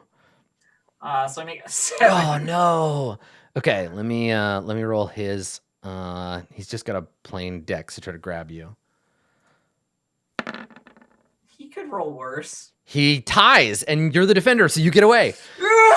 Wow. Okay. So the thing about Devil is he's a bard, right? So like he has a bunch of spells and stuff, but this is not acrobatics and athletics and stuff are not his jam. So his Arcana is good. He's like, she's trying to give me the slip. And he already sent his goons to go to the south. Because the plan was to hold you and be like, we're gonna have a talk. So he goes to grab you because he figures you're close enough that he can like jar you before you can cast the spell. But you duck out of the way. His arms sweep over you. Floon is like, hey, what's going on? And then you disappear. Just like fucking Frodo your way out of here, and you run for it as soon as possible. Yeah. Yeah, and Floon looks at Devil and is like, hey, where did she go? And Devil's like, shut up, Floon, and like runs out after you.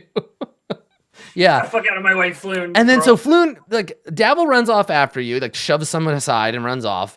And we see, the last thing we see in the scene is the waiter comes over, and Floon is just standing there with like a bottle of wine in his hand, like, well, all right. And he like sits down. And he's like, fuck it, I'm just gonna get drunk. That's cool. So you fucking flee. Yeah, so you flee the yawning portal, headed for parts unknown. So we'll figure out where you go in a Cut moment. back. Yeah, we'll cut back to Macaria. Dave, can you roll a d4? I want to see how long, because if no one goes up to check on you, how long before you wake up on I your mean, own? eventually I'm going to, but Okay, an hour. All right. I just want to be sure that I'm not hearing sounds of murder and mayhem. Yeah, so there is quiet. So we fade back in on the dragon in his dwarf form, and Macaria, and you're just the two of you are just sitting in the dark, but you can see each other because you both have dark vision. And I'm like listening. And he says, "Oh, make a perception check first." Man. Okay, 19. so you hear silence. Huh. And he says, "Sounds like all the business upstairs is done." Well, it was lovely, truly. I'll be back with one of the Never Embers. In the meantime, enjoy your eternal solitude.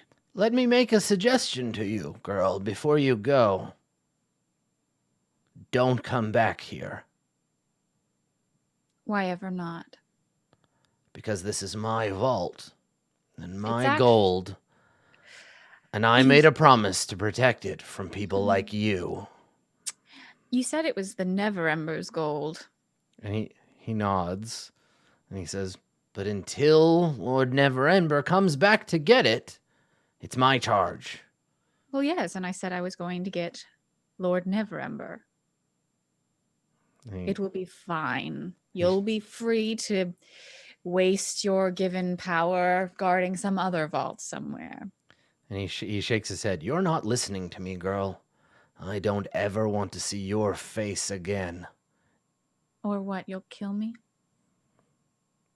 And he has this kind of like sad smile, and he says, "I don't like killing if I don't have to. But sometimes there's an evil in the world you just have to snuff out before it gets worse." There are worse things than me out there. Maybe you'd know if you ever left this place. For now, maybe. But evil's like a disease. It just gets worse and worse. Kills you from the inside. I'm looking forward to it. Now I'll get out of your hair. Yeah, I mean, he just watches, like, just shaking his head like, Peace. So, man, what a dick. So I see a bunch of bodies on the stairs. I see some blood from where the Viper was dragged up the stairs, and I get to the top, and 8's still there. Yeah, let me move you up there. So you get to the top of the stairs, and there's like a pile of corpses. There's a dead doppelganger. You don't know who it is. You just see a dead gray-skinned like thing. Right. Might be Bonnie. And some cultists laying about. And then you see 8 turned off, shut down off in the corner. I do a little like try to make magic happen, but I cannot because I have no more spells. So I sit against the wall and wait for 8 to wake up. Right. Okay. You take a short rest. Yes. Okay. All right. I don't have any more hit dice to roll, but all right. So 8, you can spend, if you have any hit dice, you can spend them during the hour that it takes you to wake up. Okay.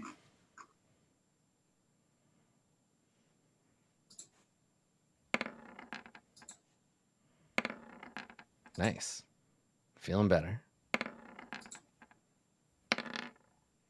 Jesus. Those are some good hit dice. nice. Yeah, nearly feeling better. Okay. All right. Mm-hmm. So yeah, you wake up 8, surrounded by corpses, though not very many at your hand. And you see Macaria. Macaria? What are you doing when 8 wakes up? Well, I already did my nails downstairs. I'm probably playing with the corpses in some way. Gross. I might have like poked at the doppelganger a fair bit, maybe with knives. I just want to see what's in there. So do you want to make like a medicine check? Yeah. Okay.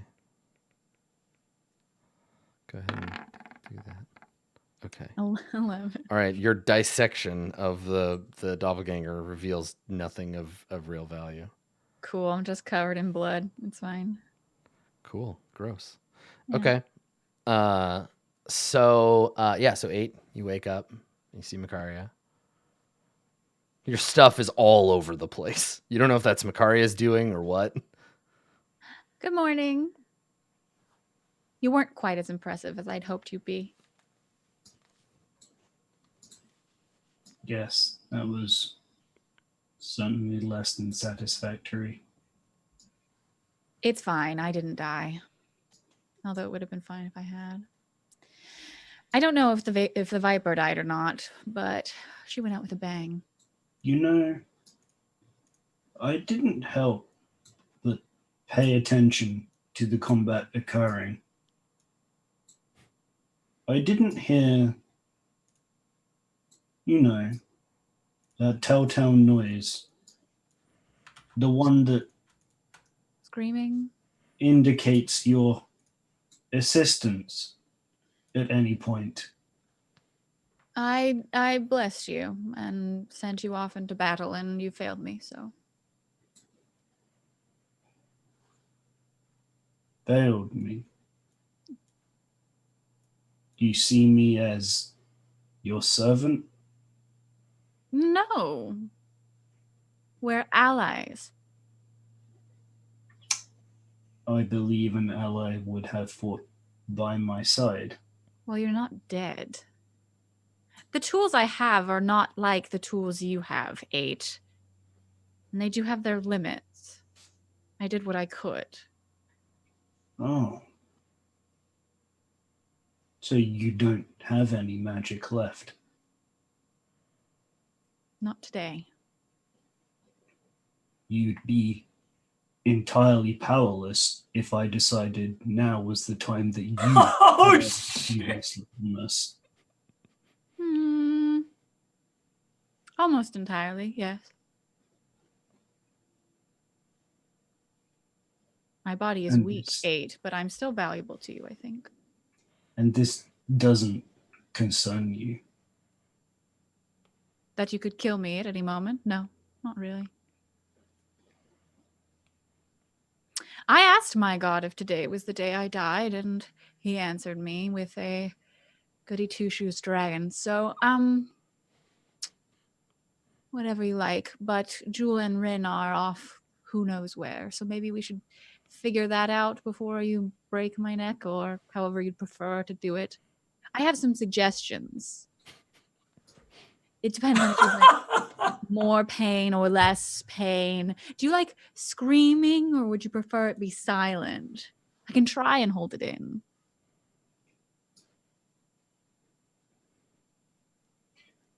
No, you may yet be helpful Useful. Yes. in your way. That's Did why you you keep see me where they around. took the others? I don't know, because you were unconscious, and I think Jewel was unconscious, and everyone was unconscious. Rin, I don't remember seeing her. She might have run off. I don't know. But they're not here. The dragon probably would have told me. I don't think he likes to keep playthings around, so he's quite a loner. Anyway, if we go and find Lord Neverember, or maybe his son, the dragon said that he just let the gold go for Lord Neverember. I don't know what that human could have against a dragon, but evidently the pure gold pile was enough. So anyway, I don't know. Do we still want this pile of money? That's what we're here for, right? Pile of money. It's hard to remember what use I envisaged for it. We were to make a home for ourselves. But you all abandoned me to death. They did, didn't they? I'm still here. I guess that's I one will point think for about me, this. right? Yes, I suppose so. Anyway, I really do need to rest if I'm to be useful at all. So maybe the first place we go should be home. Yes, I imagine if they are not waiting for us, then it will be a visit to the castle enters. Do you think the dragon will eat the bodies or they'll still be here when we get back?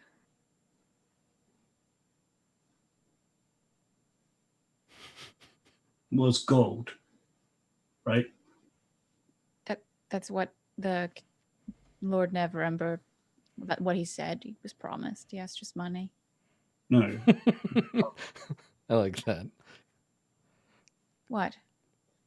the color of the dragon. It is important.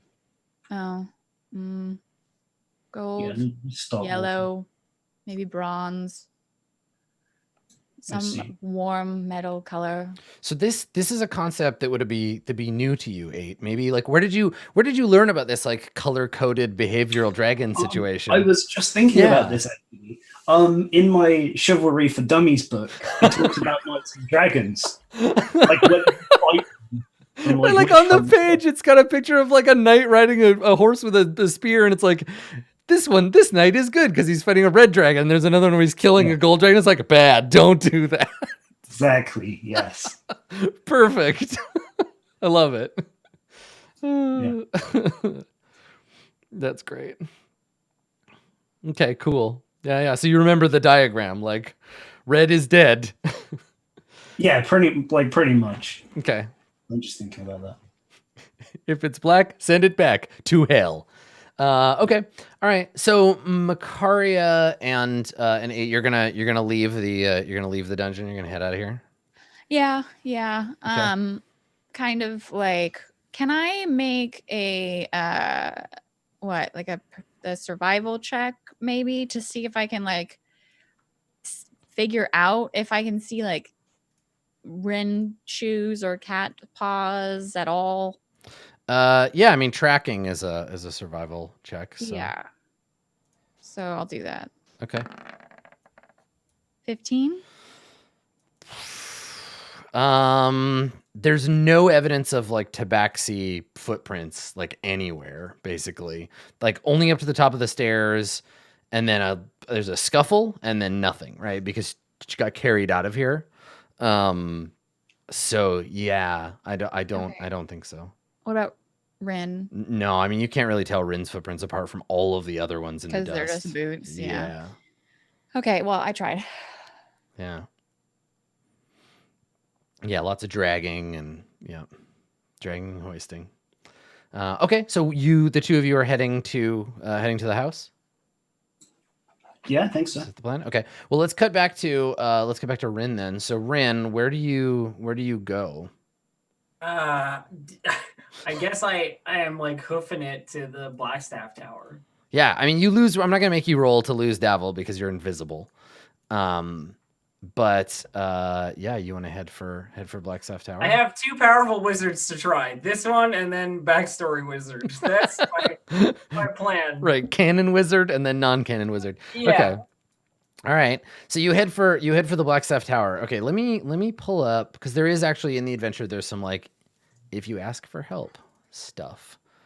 But I can't remember. Meanwhile, Fosh was probably sending a ragtag bunch of commandos through a Stargate to Eberron or something. That's right. Yeah. Yeah, exactly. This is the part where we get our Kyle Reese to the Terminator that is 8. We gotta send them back in time and destroy 8 before it arrives here. Actually, I guess that would make Vajra Skynet is actually what happened here. Yeah. That's the thing.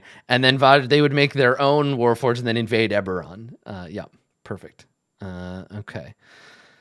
Let's see. So, here we go. I found it. Okay.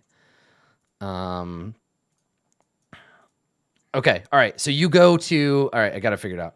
So you go to Blackstaff Tower, and I think that we can cut right to like you're in the study, and yeah, in the background there are definitely like papers and stuff on the desk, and there's maybe a diagram half covered with like that Vitruvian Warforged like diagram we talked that about. whole thing where if you're watching it for Easter eggs, you totally see all this stuff happening. Yeah.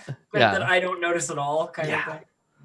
Yeah, exactly. Okay. So, yeah, and you're in there already. You've been sent in, and then, yeah, and then the door opens, and Vajra, Vajra comes in, and she looks concerned. What do you look like? Are you like all out of breath? You ran here? I mean, like, I ran here. Yeah, I'm looking a little ragged, probably, and like I'm not at full health. yeah, you got tomb dust on you, definitely and beat up and dusty. And, smell like a doppelganger. I mean, I jumped off a ledge and took like 17. Right, your fucking shin bones are sticking out through your knees. So yeah, so she comes in, and because we haven't seen her in a while, and because I love the art so much, let me find her in the handouts so we can look at her while we talk to her. Let's see, bottom of the list, Vajra Safar. So there she is. Okay, so yeah, so Vajra comes in with the staff in hand, and she looks at you concerned. She's like, what's going on? We found the location of the gold. Oh. There was a dragon down there. The fact that there's only one of you in my office right now makes me worried. I don't know what happened to the others. I just thought it best to try and come out and get some help and go back because me personally, there's not a whole lot I could have done in that situation. And, you know, you are a powerful servant of good. What happened? Tell me. But you said there was a guardian? In the vault, once we got in there, there's a lot of walking around and figuring out our way down. But, so hold on. When you say we, you and your Warforged friend and the Tabaxi and that ridiculous priest. Yes, exactly. Just the four of you? And the roguish type, the Black Viper, was with us. The Black Viper went with you. She did, yes. How do you know her? She ran into Jewel, and then there wasn't really time. You have some very strange friends. The Black Viper. Where is she now? I have no idea. I don't know where any of them are. Hopefully not dead in the tomb, but if they are, you're the person to come to. Am I? More so than anyone else I know. I don't mean to I don't mean to take away your hope, but that's very sad. Not to say that I can't help you, just well, you're here now, and that's all that matters. And you say that perhaps your friends... What happened? You ran into some trouble in the vault? There was a dragon. It wasn't really open to negotiation, and I didn't think staying to fight it was a good plan. A dragon? What sort? I didn't get a very good look at it. But did you see its color? Gold? Maybe it's the gold the vault's talking about? Gold dragon, but that's not possible. Why would a gold dragon protect the vault of an embezzler? Unless Neverember fooled the poor thing. Did you talk to it? I mean, certainly it would have been willing to communicate. Was there a fight? Things sort of kicked off a little before we could... What do you mean it kicked off a little? I mean that violence happened and I tried to calm it down and then it didn't happen. Don't use the passive voice with me, Rin. Violence doesn't just happen. I didn't do it! I know you didn't do it, but you have to tell me what happened so that I can make an accurate judgment about this situation and try to find a way to help you. Well, there are cultists of Asmodeus down there right now looking to get their hands on the gold, I imagine. I saw them on my way out. So... Just any old cultists of Asmodeus? The Castellanter servants, I assume. I think you would be correct in that assumption. The manservant was with them, the one that drives the cart. You're saying things that I'm sure make a great deal of sense to you, but I haven't exactly been present for all of your little adventures. Which isn't to say that I don't appreciate the danger you've put yourself in and the great service you intend to do to the city of Waterdeep when you retrieve this gold, but you can't just tell me the footman was with them and assume that I'm going to know what that means. So you believe that these cultists are allied with the Castellanters? I believe they are servants of the Castellanters, yes. And so the Castellanters, you believe, are also in service to Asmodeus? Yeah, it would... The two connect in some way. I don't have no way to confirm that. Right, so we'll put that idea in the maybe pile. So for now, these cultists, what about them? They followed you there? They got there after us. The door was already open because we'd come in first, I assume. You know, this is the sort of thing that you will learn as an adventurer. The villains tend to do this. They'll wait around outside until you've disarmed all the traps and gotten all the treasure, and then they wait for you outside the front door, and they point the crossbow at you, and they say, give me all your treasure, and then there's a fight. And you're usually weakened by then. Run out of spell slots. It's a whole thing. So let's chalk this one up to having learned our lesson about the bad guys. So, you think the cultists have their hands on this gold now? I think they either have their hands on the gold or are fighting the dragon, and my friends are probably in a lot of trouble. I'm just looking for a way to bail them out. But you don't know where they are. My best guess would be that they're still in the vault. And where is this vault? In the entrance is in a windmill in the south ward. This is going to sound callous, and it might be difficult for you to understand, but I have bigger concerns right now than the hundreds of thousands of gold dragons that may or may not be in this vault. Neverember is a thorn in this city's side, but at least he's in exile. I've got some very pressing matters that I need to attend to right now, and I can't personally come to your aid. But I have an agent. Hold on. She goes over to her desk, and she writes something on a small piece of paper. She rolls it up, drips some candle wax on it, takes a seal, and puts it on the thing. She hands you the folded note, and it has like the black staffs, like black wax seal on it. Take this message to Mayloon Wardragon. You're like to find him at the Yawning Portal. Try to stay quiet. Going back to the Yawning Portal is maybe not the best plan right now. Well, then if you have a bunch of Zentarum there. If you have a familiar or a servant or hire someone you trust, send them there and give this message to Mayloon. Then he'll be able to help in my stead. I trust Mayloon Wardragon implicitly. Will do. I'll figure out a way to get it to him. If you succeed in this... Do I have a description of this person or what they look like, or... She produces a handout of Mayloon Wardragon and shows it to you. This guy, that's what he looks like. Mayloon Wardragon. All right. Yeah. And she says, Mayloon will be able to help you. He has assets that he'll be able to access.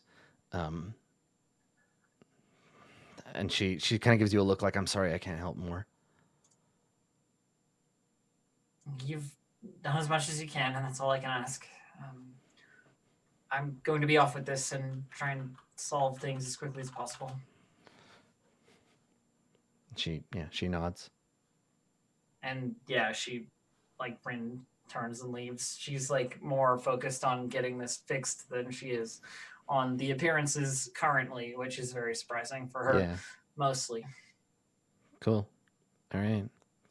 So you turn and leave, and she casts a spell. Like after you're gone, we stay with her, and she casts a spell, and it's like a sending or like a message spell or something.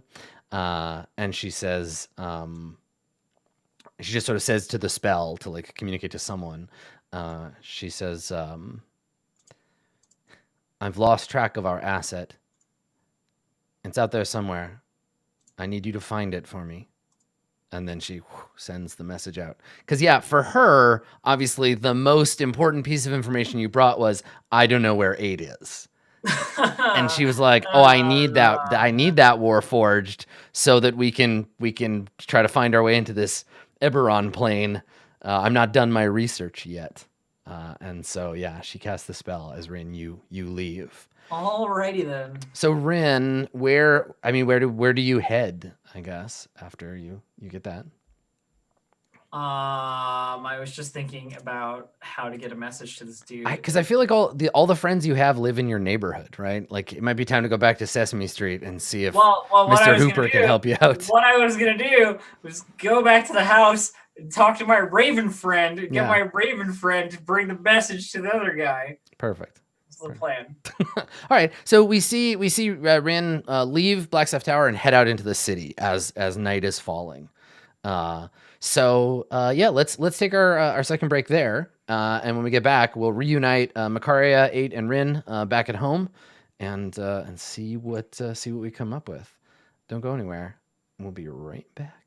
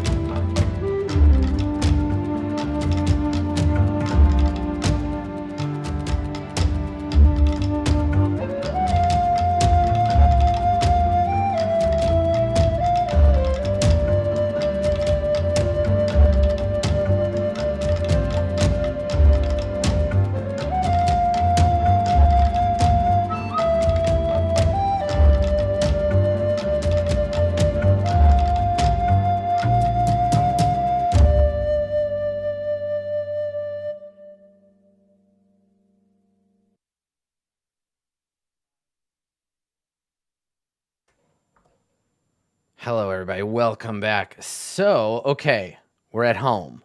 You have arrived. It is like early evening. It's just getting dark. I think Rin, you probably get there around the same time because you have a lot of running around to do. But Yeah, Makaria and it wait an hour. So, yeah, I think that the two of you get there. It doesn't matter to me who gets first because it's pretty close. It'll be within a few minutes, I think. So yeah, who wants to have arrived first? Makaria and 8 maybe? yeah. Sure. Okay. All right. So you get back to the house and find that it is I was gonna say abandoned, but it's not exactly abandoned. It's just it is as it was when you left it. There's no evidence. There's no evidence that Rin or anybody like arrived like without you. Like you're here and no one else is here in your home. Yeah. So you get back and you are home, dilapidated and beat up though it may be. That is it. You are home. So what do you do? Well,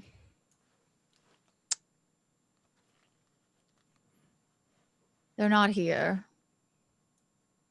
So We think this is a bad sign.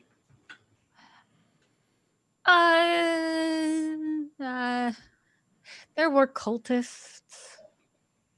I didn't see their corpses, so that in itself is a good sign. Oh, speaking of corpses, can you help me with something? There's a carriage outside. I need some help unloading. I was wondering about that. Yes. I forgot about it. Uh-huh. I suppose so. I don't want too long to think right now. Great. If they got out and were captured by cultists, then they would be at the Castle Lanterns or a cult headquarters of some kind. If they got out and they were not captured by cultists, maybe they were going for help. In which case, I guess the Blackstaff Force Grey? That would make sense. Who else does... I mean... 8, you see in the twilight outside, you see a figure approaching your house.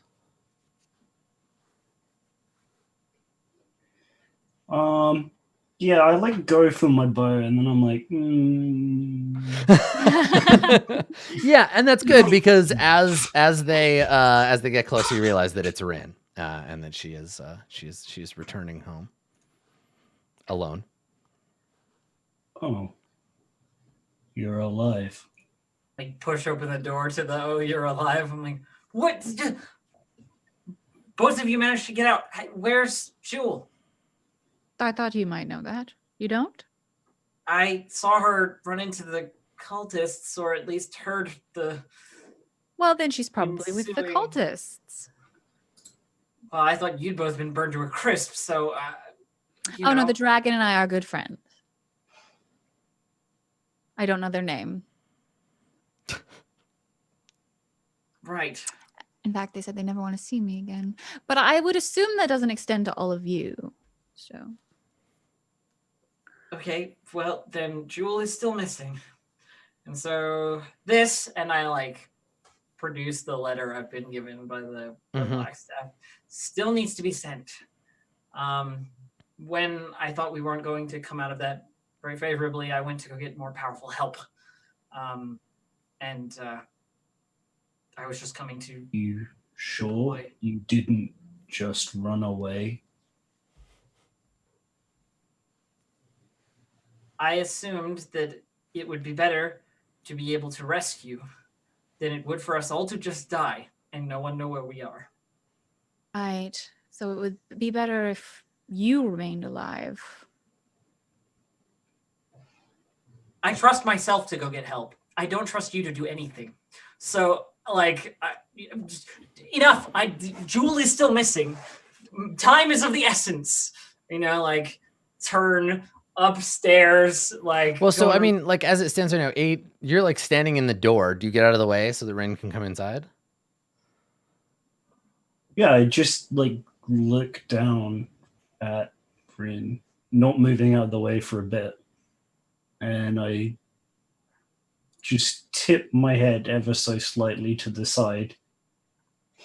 And he's deciding whether to like trust you on that, trying to get rescue, as opposed to that's the convenient reason that you've given after the fact. I mean, I have proof that I went to go get help. Like, Yeah. Well, I mean, it's a letter with a stamp on it. It's nothing yet, but yeah, I mean, I think there is this tension of like with 8 at least, like, oh, these biologicals just like abandoning me at every turn. Maybe, maybe not. I don't know.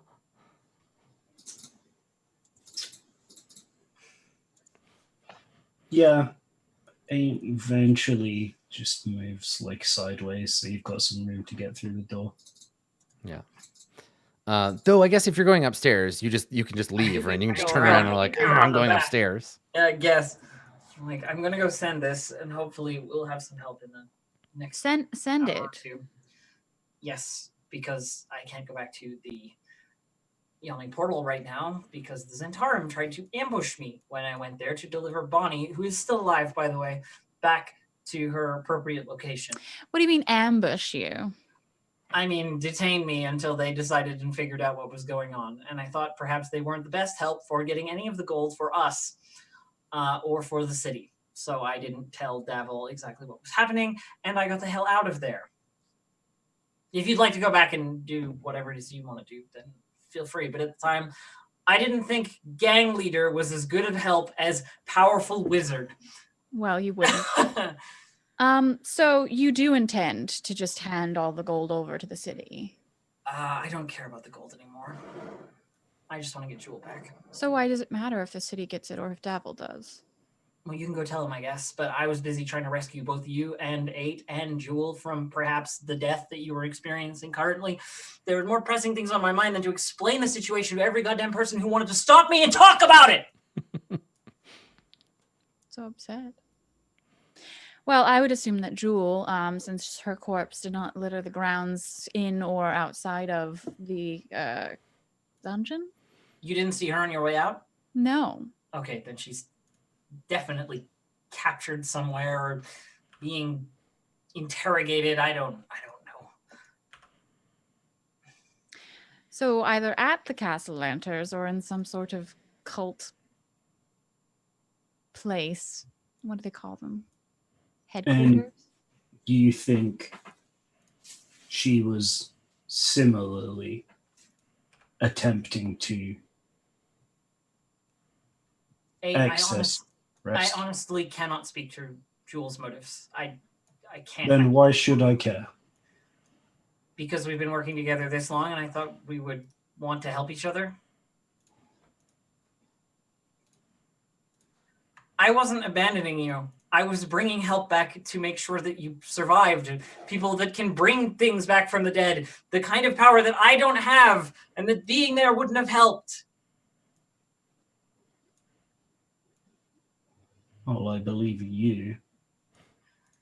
And so I will trust that Jewel's motives were equally as benevolent for now, until she is safe. My friend, a person who we have been in many death-defying situations together with since we met, and it's just best to rescue her first and ask these moral questions after. If you want to disavow her and move away and never talk to her again, and she doesn't deserve your loyalty, that's fine. It's not up to me. I just want to make sure she isn't dead or worse. So how do you suggest going about that? Well, first I'm going to send this letter, and after that I'm going to wait for who shows up. That's the first thing. Well, then I'll have a nap, I guess. By all means! Turn. Yeah, leave, outside, upstairs. Fucking actually doing anything. Yeah. Okay. So Makaria, it would be a bit awkward if you were to just go upstairs with her. So you might have to wait a moment, and then Rin goes upstairs, You know and then what you the can best follow. way to sleep is? It's passing out from being too drunk. So, I mean, I'm already in the bar. But the bar's not stocked. You don't have any booze. Do I have any more booze? No, you have nothing. You don't know what I have in my inventory, okay? You're not the kind of character that carries around booze in their inventory without drinking it. I carried around some, and I think I drank it all. I kept track of it, but I do think I drank it all. Correct. Yeah, the wine's gone. Why is the wine always gone?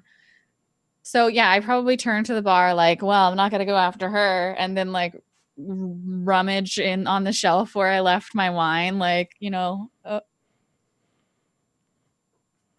fuck. I'm going to the yawning portal. I'll be back. Maybe. Probably. I'm gonna go get some alcohol. You're going to the yawning portal? Yes. Okay. Yeah, it's just standing by like the window, looking out. It just totally ignores you. Cool. Okay.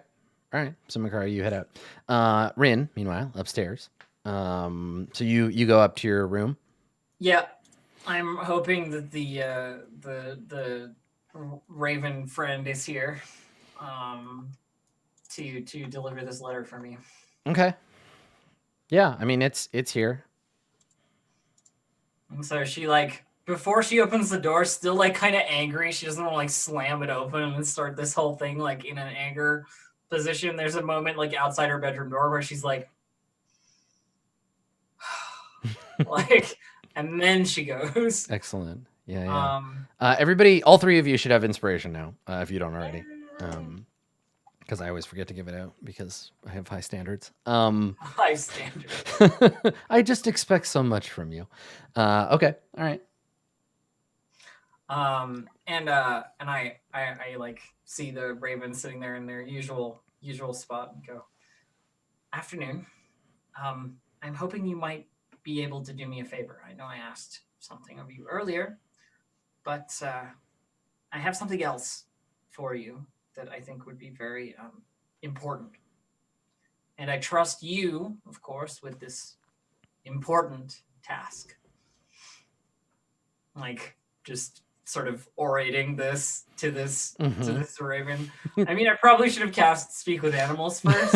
And it's just kind of like looking at you. But I'm like talking, then I'm like, oh, right. Like, you know, do the spell and then say the same thing, basically. Is it a ritual? No, you can cast it as a level 1. Yeah. Oh, you're at a level 2 spells, right? I'm at a level 2s, yeah. Okay. So then I repeat my flowery words. Yeah. And offer out the letter. And I say, I need this delivered to the Yawning Portal Tavern, very popular. Lots of people go there. In that direction, on the cross. Right, like I can't see the map. Right, you don't have the Waterdeep map, but you know where it is. You've been there a million times. Yeah. I give appropriate directions, Mm-hmm. and I say the man that you're looking to deliver it to is short, blonde-haired with a beard, armor, sort of a little square-faced. He looks like he got hit in the face with a shovel real hard more than once, and a very flat nose. Yeah, like just a face like a brick wall. His name is Meloon. Not that will matter to you, I don't think. Oh, it's the elven word for friend. Meloon.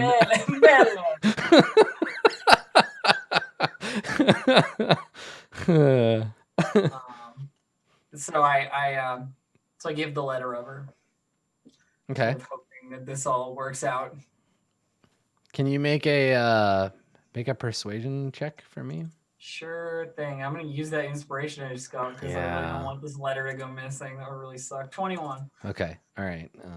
I'm gonna just roll something.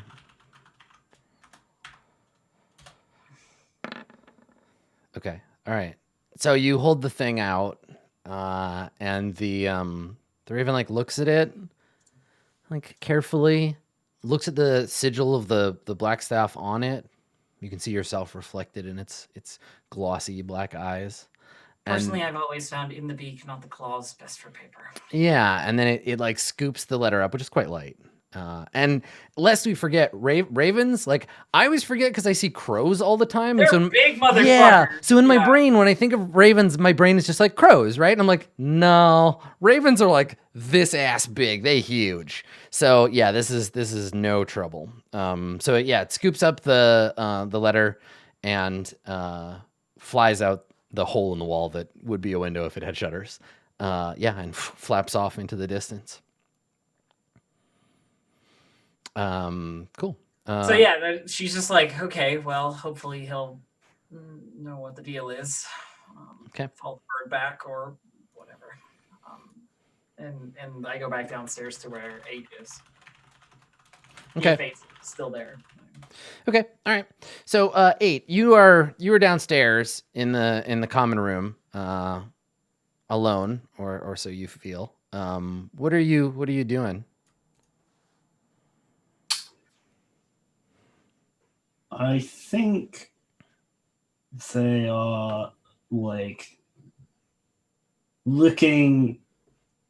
They've got one of the like broken tables and the weaver's kit out, where they were making things for the house. They just like got them out on the table, then standing completely still, doing like the sentry's rest thing. Yeah. Yeah, just like looking at these half finished bits of just like silly cross stitch embroidery to like hang up, like the Home Sweet Home one that they made. Yeah. And they're just out on the table, just standing there. Okay. So you're staring out the window or whatever, and you hear noise. You hear a clattering sound. And you turn and you notice that like an empty, like a broken cup, like just a piece of debris because it's around, has fallen off the table, seemingly on its own. And it's just you see it like lying on the floor. Yeah. Watch it for a second, see if it moves again, and go over and pick it up. Okay. Yeah. So you walk over to it, and you're a little like closer to the like stitching that you were doing before, and you see where you like left the needle in the cross stitch. Maybe it's like in part of the second word, like home. It's on the M. You see the needle like pull itself slightly through the thing and like pull up on its own, and then go back and stick into the stitching.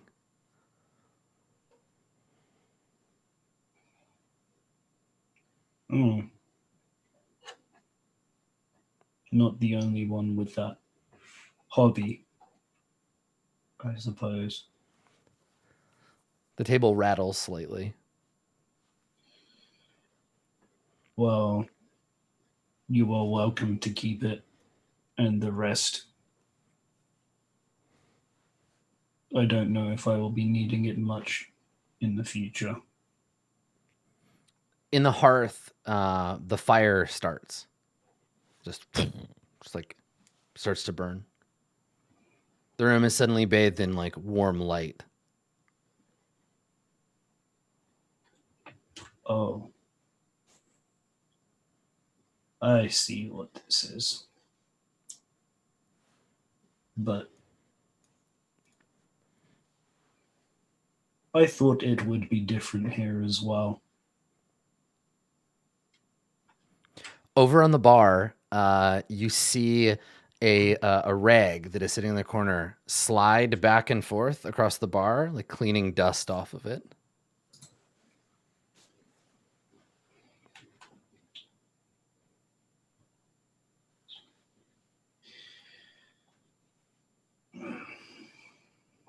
This plane has no need of creatures like me. Perhaps it would be better if I returned.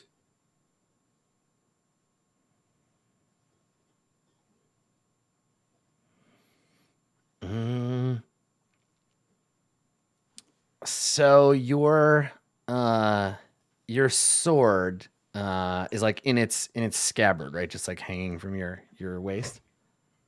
Yeah, I probably put it down actually. You set it down? Okay. All right. It lifts off of wherever it was leaned against the table, floats over. You just see it like kind of dancing through the air, floats over to the hearth, and then sit on there's two hooks over the hearth, and you see it just like clunk, get placed over the fire.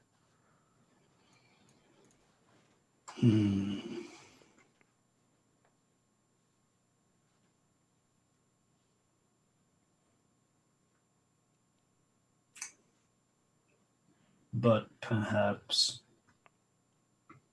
even if I were to return, it would be the same as it was. Simply a tool, not making decisions for myself. So if this is the table where you're, say this is the table where your stitching and stuff is, this seat right here, you hear it like skid across the floor as it's pulled out away from the table.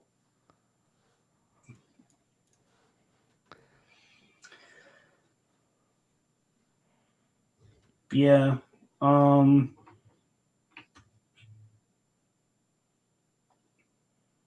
Eight sits down on it. Mm-hmm. And I suppose being able to make the choice, even though it's harder, is still better. Fine. I will give them another chance.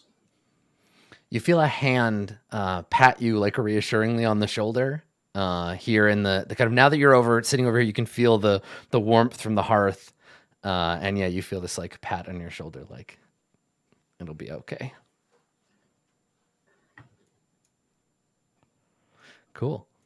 All right.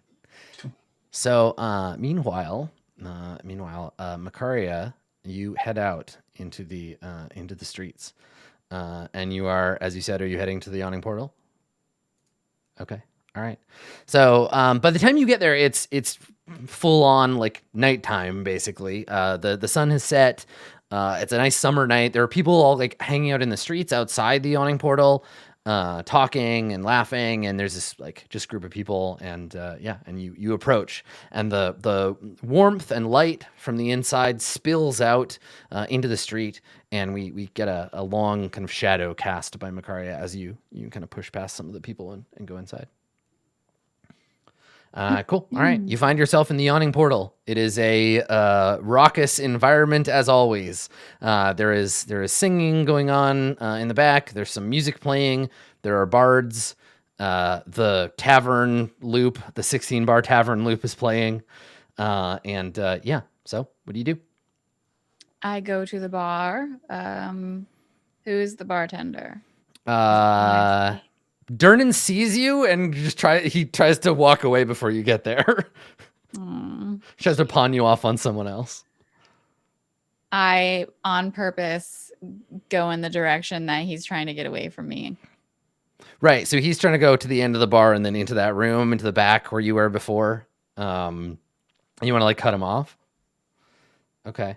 All right. So yeah, you like push through there and you like get to where he is, and he puts his hand on the door and he looks up at you, and he just does this. He makes eye contact. Then he looks at the sign on the door that says employees only, and like starts to push the door open, like, fuck you, I'm getting out of here. Does he really think that I'm going to pay attention to a sign on a door? What do you do? If he's like literally going through the door, he basically looks at you like, don't bother me. I'm going back here and you can't follow. No entry. Come on, Durnan. All I want is a drink.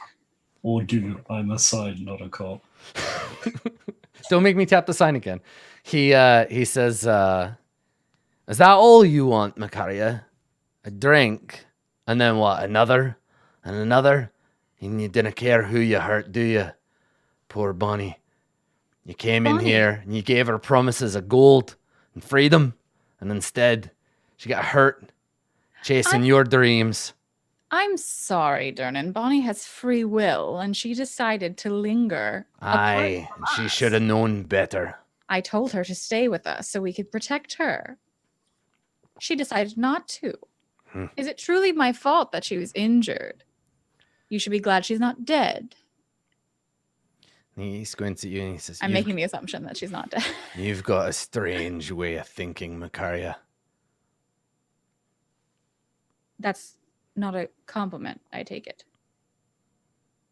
He shakes his head and he says, if you want a drink, and he gestures at the bar. He's like, just ask. You're not paying me to talk to you. Guess that's true. Well, don't mislead Bonnie into thinking we didn't have any intention of paying her. The gold is still down there. And he shakes his head and he says, life's worth more than that gold. I don't think she'll be following you anywhere in the next little while. She doesn't need to be there anymore, I don't think. Maybe she does. You know, I really can't be sure. But we'll make sure to not go through you then. I'll just go to the bar. Yeah, you do that. And when I go to the bar, I said, Durnan told me I could just ask for a drink. So here's me asking. The bartender shakes his head like, he looks down again at the little picture of you under the bar, like, no free drinks. And he just shakes his head like, hell You no. really can't fault me for trying. I'll have whatever's cheap and still drinkable. Mm-hmm. Yeah, I'll take the money off. Okay, yeah. So you get a drink, and you drink it, and you just hang out at the bar. Is, because Rin said that Davil was here. Is Davil still here, or is he gone? He's gone. Yeah, you don't see him around. Okay, well then, yeah, I would just drink, and then once I'm drunk enough, I would go back. If Okay. he's not here. Yeah. So you're however many drinks you think it takes for Macaria to get drunk, reduce your amount of money by that. And yeah, you get up to leave, and you're seeing double because like you turn around, you see a table, and you see like two dudes with like curly red hair, and you're like, is that one dude or?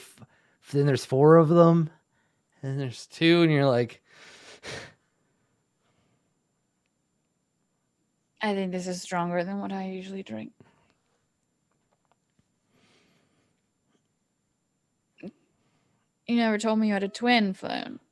and Floon turns around, and so too does Renier Neverember, and Floon says, well, what do you mean? This is precisely how we got into this mess in the first place.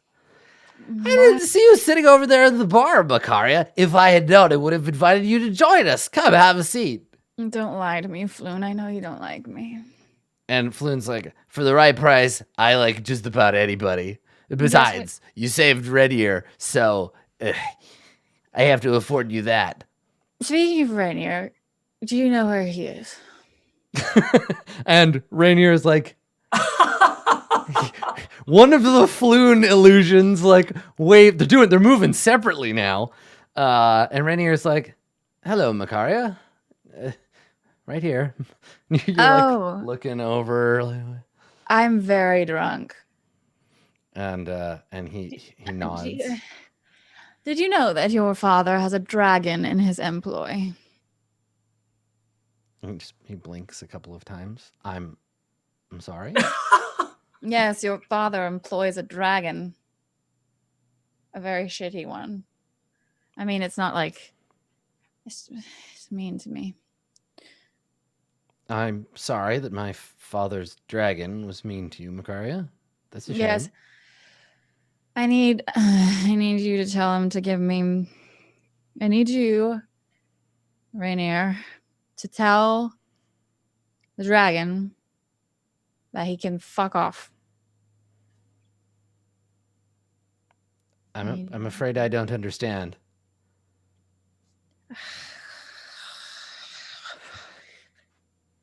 Maybe, Macaria, we should have this conversation tomorrow when you're feeling a bit better?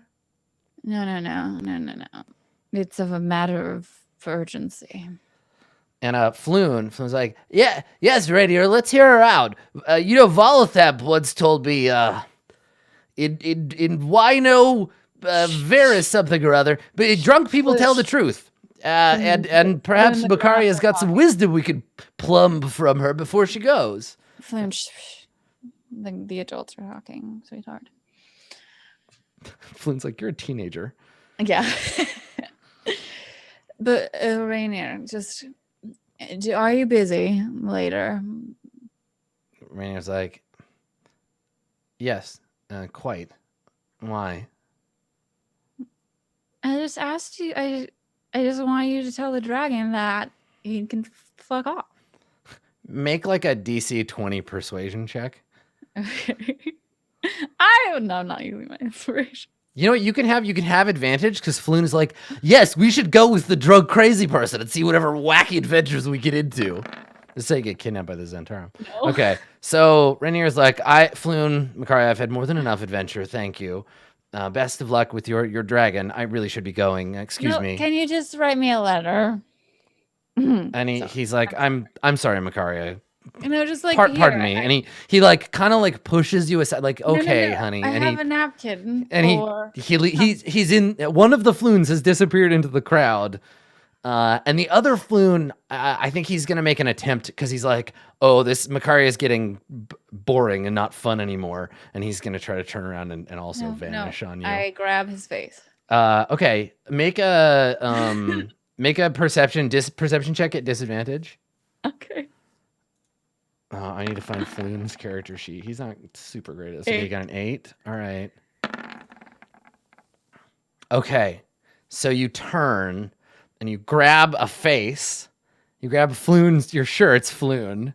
And then it like kind of slowly like resolves and you're holding the ebon jowls of a dark elf. He has long, beautiful, like well shampooed white hair. He has a green cloak that's like lined with fur. And on his belt, there are 2 beautiful jeweled scimitars. And you just turn around and just grab this guy by the face. You're not Floon. He says something to you in Undercommon. I know Do I know Undercommon?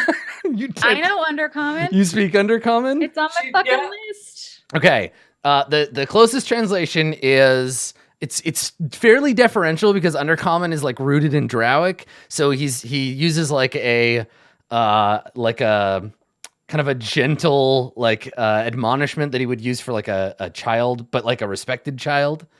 And he says, "Please stop touching my face." Yes. You hear a growl and you turn and there's a giant cat, like just a huge black cat.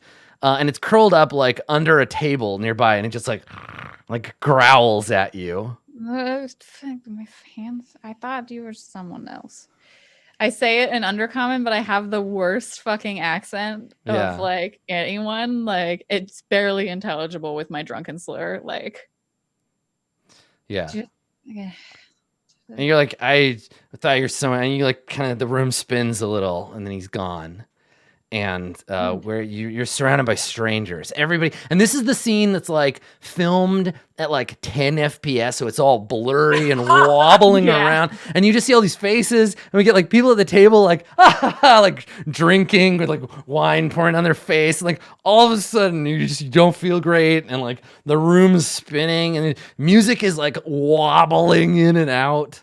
I feel like I am properly drunk to go to sleep, and so I might or might not get to the door before I pass out and maybe puke on myself. Okay, all right. So Macaria, like, do you want to make a Constitution save to see if you make it home or if you wake up in an alley? Yeah, that's great. That's a great idea. Okay, all right. See how you do. I critical fail. Alley. Cool. You fall into the. She gets like 2 steps and then passes. I fall into the yawning portal. Okay. All right. So you say everything's swirling around you, and we see you pass out. And this is the steady cam shot, right, where you're like the actress that is playing Macaria will be wearing like the harness camera, so that when you fall, the whole room tilts sideways, and then you like fall down. We see, because you're unconscious, we see, from your point of view, we see a pair of boots big heavy like guard or knight boots. There's like a rattling of chain armor, and we hear a voice say, "Well, what's all this? Poor thing." And we see someone wearing like armor and a cloak pick you up and carry Makaria off. So, Rin, what do you do after you send the message? You wait? Yeah, I mean, I go back down to where 8 is. Okay. And like visibly a little more like, okay, the task is done, like relaxed. Hoping that this assistance will come to us, because like I can't really go to the yawning portal and meet them. That was the whole point of sending the letter. Yeah. So when you come downstairs, I guess you see you come around the front and you come back in and you see you see 8. And what is 8 doing? Yeah, I'm back to the sewing.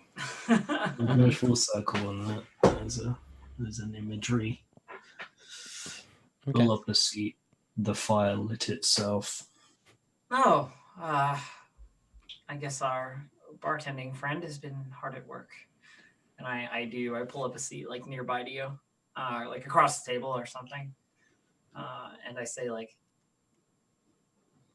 I didn't mean to snap about things earlier. Just wanted to get things done and moving. I'm worried about you.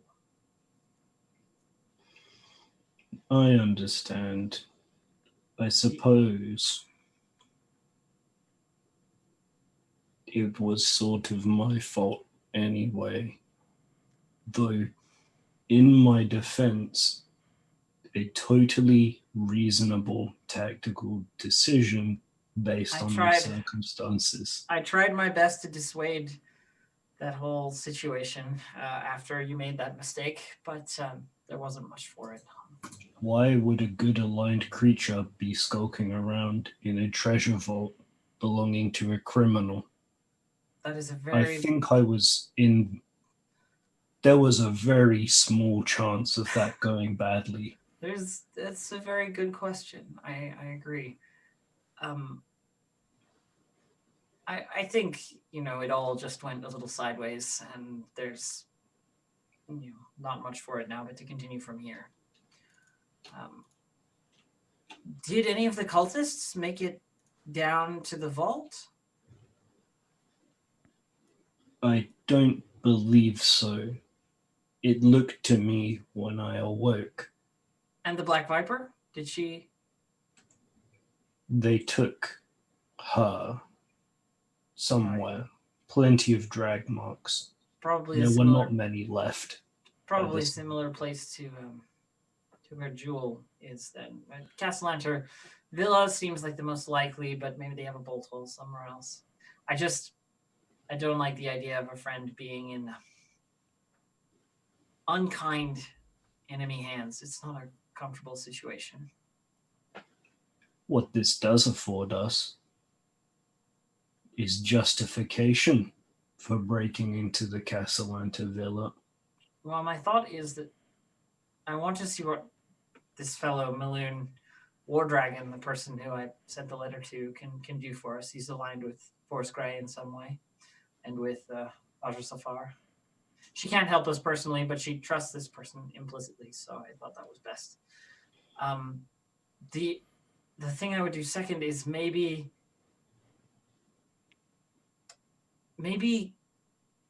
tell the guards, our friend Blastwind, and what's the other one?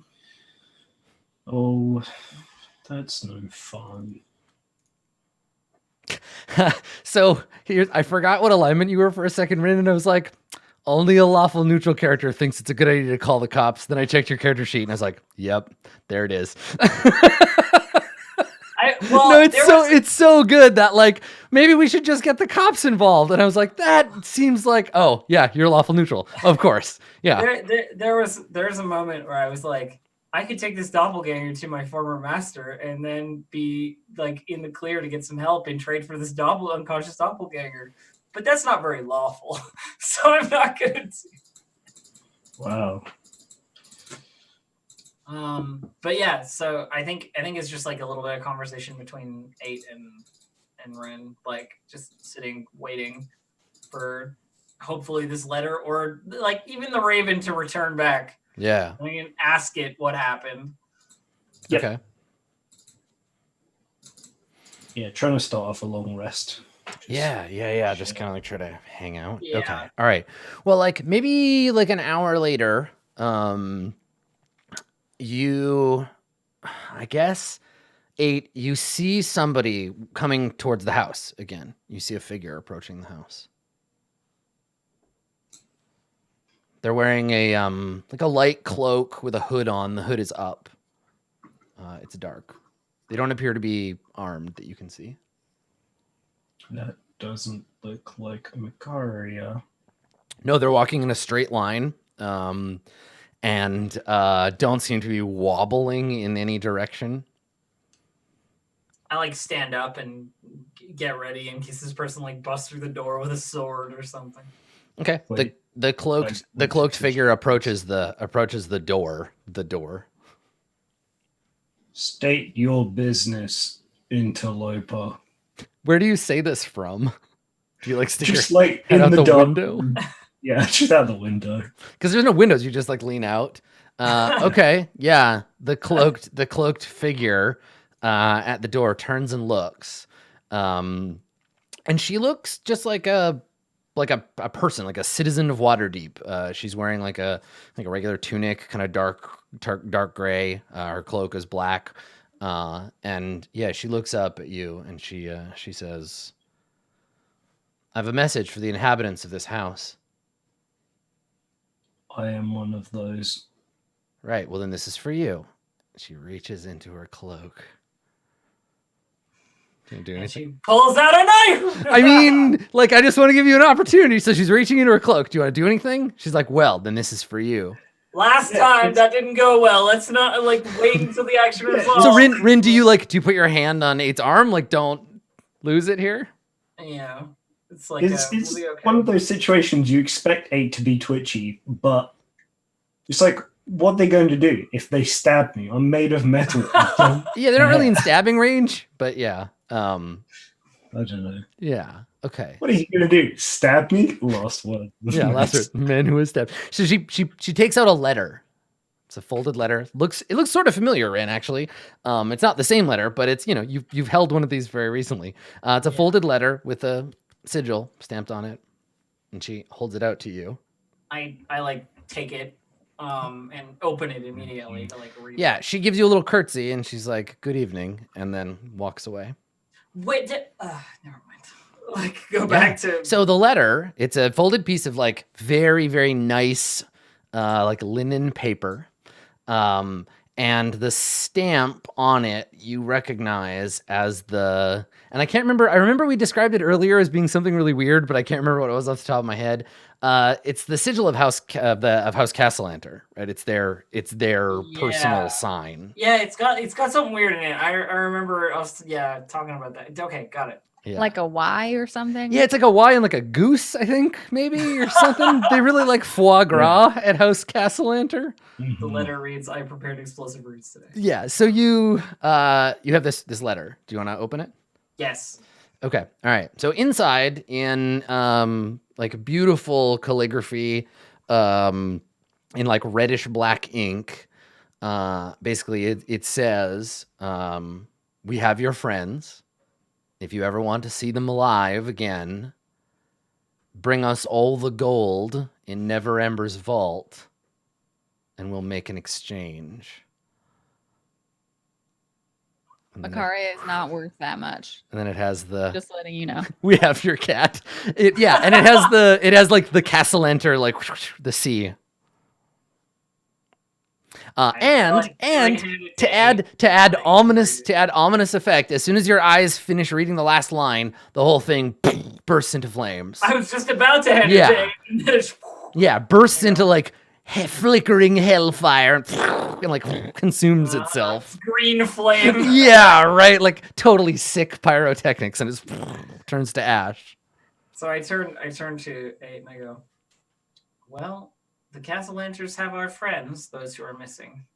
Confirmed by the letter. Yes. Then we can kill them. Or get all the gold, but I don't see us doing that. I don't think the dragon likes me. To be fair, I didn't really have time to talk to the... Anyway, it doesn't matter. I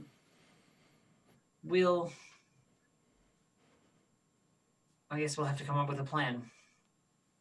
Wait for the bird to come back, and hopefully the help that I sent for. Talk to them, then look for other options. We're going to need help if we're going up against the castle hunters. More than some, a lot. I think when you say that, we're going to need help if we're going to deal with the Castellanters. That's when we cut back to Macaria. So Macaria, you are waking up and you hear the sounds of the tavern. You can hear the sounds of the yawning portal, but they're like at a distance. You can hear like it's got a high pass or a low pass filter on it. I can never remember which. But you're really hearing them through walls, whatever. And yeah, your own terrible headache. And as your vision sort of starts to clear, you realize you're tied to a chair. First of all, and across from you, somebody is sitting on another chair. You can see he's wearing like a breastplate. He has like a gray tunic. There's an enormous two-handed sword leaned up against the wall, and the door is shut, and there's like a chair jammed under the door handle.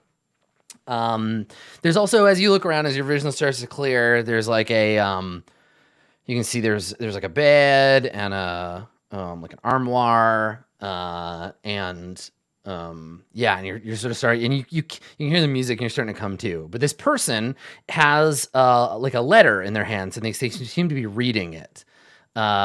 You see that as your vision starts to clear a little bit more, you can see that this guy has a face like a brick wall. He's got a big flat nose. He's got a beard, blonde hair, and he's reading a letter.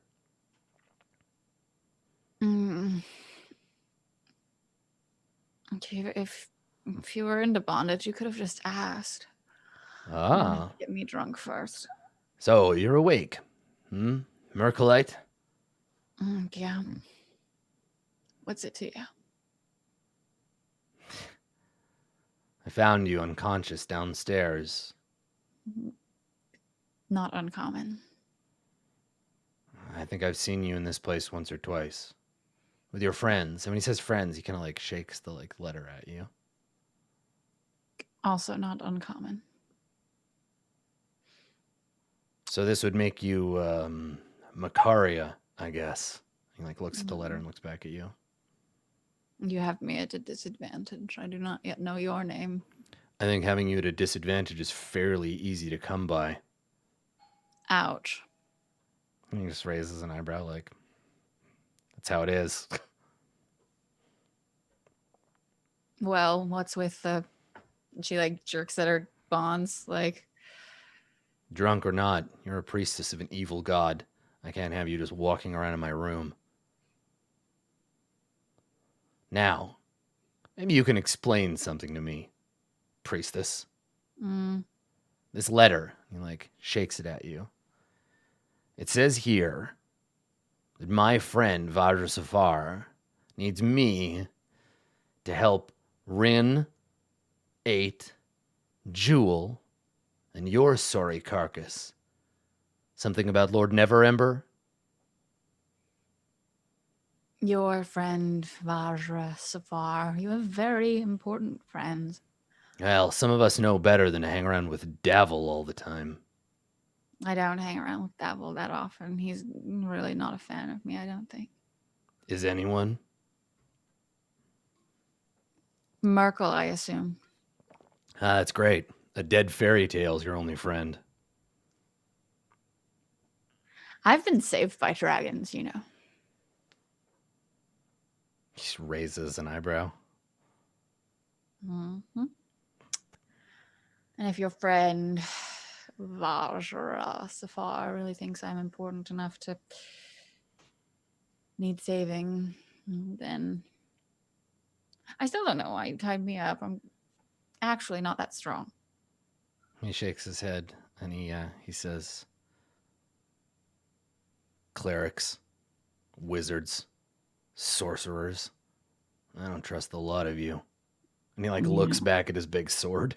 You know that Vajra is a wizard. And he gets up and he says, yeah, I know.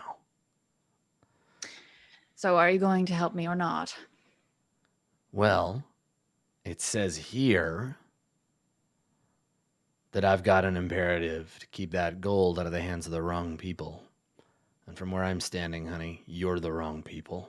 So I was thinking of maybe leaving you tied up here while I go in and do some investigating. Well, that's no fun. I'm probably safer here anyway, so whatever. Could you leave, I don't know, like a chamber pot or something? I really have to pee. Hang on 1/2 second. I'm just checking something. Not that. I'm trying to figure out. Oh, no, it's an axe. Sorry. It's not a huge sword, Dave. I'm sorry. It's a big axe. Yeah. It's a huge axe. It's a huge blue axe. He's going to ask you all the kinds of questions you want to know. That's right. His name is Melun Wardragon, but he's really Paul Bunyan because he's got a huge blue axe. Ox. Yeah, as I said, an axe. So he gets up and he looks at you and he says, I think you're just going to get in the way of what I need to do. And he picks up his axe. But please, I really would rather not piss myself in your room. They might make you pay extra. And he shrugs. He says, seems to me like we got a whole dragon's hoard worth of coin to pay for whatever trouble you get into. Seriously, you're just going to let me sit here tied up for who knows how long? And he stares at you, and I need you to make an insight check for me. Okay. Where's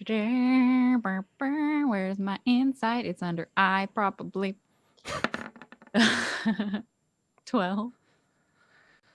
So you're used to just talking shit and All the time. being obnoxious. Yep. But there's something in the way that this dude stares at you. Like he turns and he looks and you get a chill. Like something in the way he stares at you, you're kind of puts you off. Like you feel your heart skip a beat slightly. Please. And you're gonna need to give him a better reason than just asking nicely. I spoke with the dragon. I could help you. I don't care about the gold. Bullshit. Everybody cares about gold. I don't care that much about the gold. He squints at you. Shakes his head and he says, you're too unpredictable. And he turns, he takes his axe, and he walks outside. He pulls the chair away from the door. You can make a persuasion check if you have something more than please. Reason he should take you along. Can I instead make a sleight of hand check to get out of these bonds? You can wait until he leaves to do that, yeah. Okay. Yeah. So he takes the chair out from the door, moves it aside, puts his axe on one shoulder, walks outside. You hear the door close. You hear keys jingling. There's a click. And then you hear him thunk, thunk, thunk, thunk, thunk, walk away. So start squirming. Yeah, and so Makaria, we're gonna take our last break here, and when we get back, we can find out if Makaria can pull a Houdini. By which I mean escape from her bonds, not get punched to death. The other thing Houdini did. Both? Both? I don't know. Maybe you only want to be one followed by the other. Yeah, you only want to be Houdini right up to a certain point, and then not after that. So stick around. He's the one that was telling people to punch him in the guts all the time, right? Yeah, right. So we'll be right back with the conclusion of today's episode. Do not go anywhere.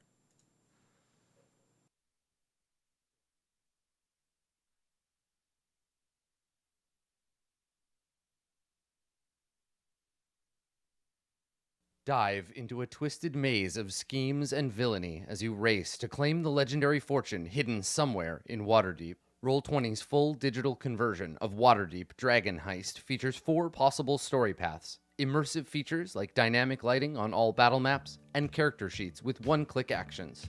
Switch between story paths with the click of a mouse and enjoy the complete contents of this thrilling new Dungeons & Dragons adventure. Grab Waterdeep Dragon Heist today on the Roll20 Marketplace.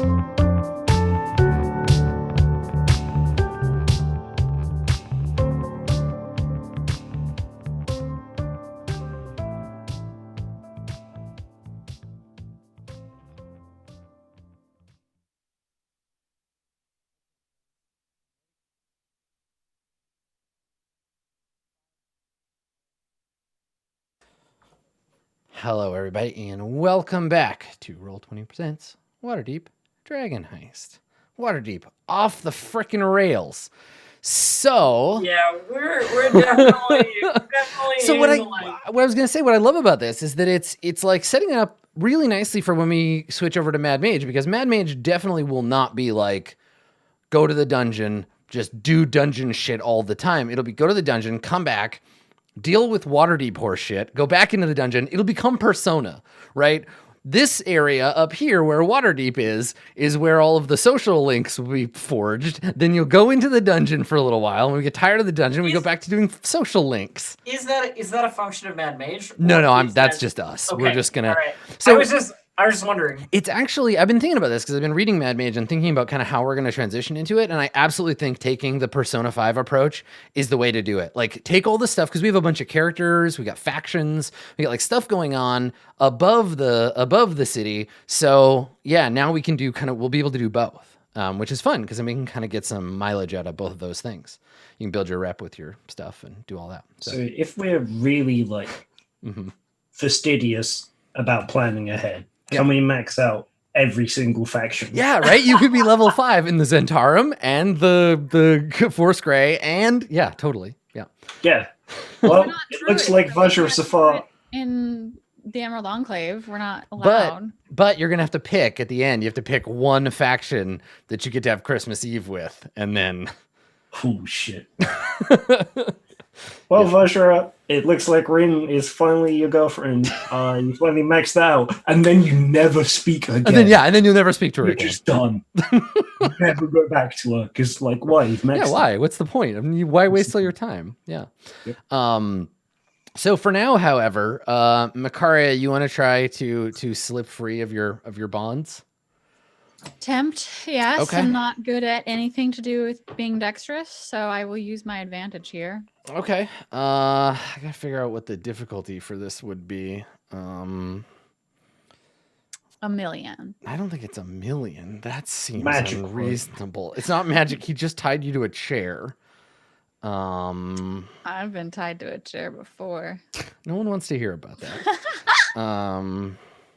I don't think that's actually true. No, probably not.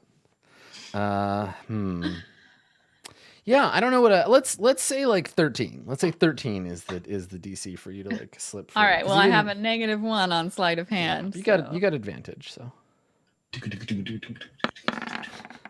16. Damn. Okay. All right. So you're like, and you like slip your hands free, and you get loose. And now you're in the. Now I'm locked in a room. That's yeah. fun. Now you're locked in a room. You're locked in this room with this big man and his axe, but he's gone. Well, first I will go through everything in the room to see if he's got any cool stuff here. Okay. If you go through his room, make an investigation check. Sure. Okay.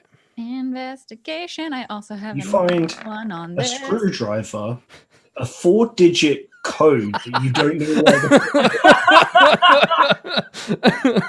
the vent needs missing a screw. That's right. And then Jigsaw comes in over the speaker, asking if you'd like to play a game. I think with a 7, you just probably find like this is someone who lives here, not just like visits. So like clothes and I think that's about it. This guy does not have a lot of like stuff that he just like keeps around for sentimental value. Like it's what a bore. I would say with a 7, this is a room of a boring man. Yeah. Cool. I pound on floors and walls and doors until someone. Okay, so you're like stomping on the floor, and we cut down below you, and at a table there are bits of plaster falling onto Floon and Volo. Volo's in the middle of telling a story, and then like and like falls, and Floon looks at him. He's like, "Well, somebody's having a good time up there." And Volo's like, "Floon, I wasn't just telling you a story. I have to start all over from the beginning. So there I was in the jungle." And so we fade out on that. Fucking Bolo. Yeah. So sometime later at home, Rin and 8, you are taking your long rest. when yet again you see someone approaching the house. Someone else. Yeah. Hopefully our help. Now this person is armed. This person is armed as fuck. They have a huge two-headed fucking battle axe up on one shoulder. They're wearing armor. They're walking like a man wearing armor. A true situation for which I am equipped to deal with. Let me handle this. Right. Okay. So Yeah, and I get my sword and shield, and I and I open the door and I stand there and I be a person wearing armor with a weapon. you're like, same. All right. Well, so you stand out on the porch.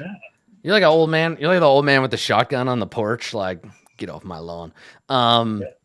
So yeah, you see this blonde, armored man walk up to. He walks up to within like a little bit of you, and he sees you standing on the porch.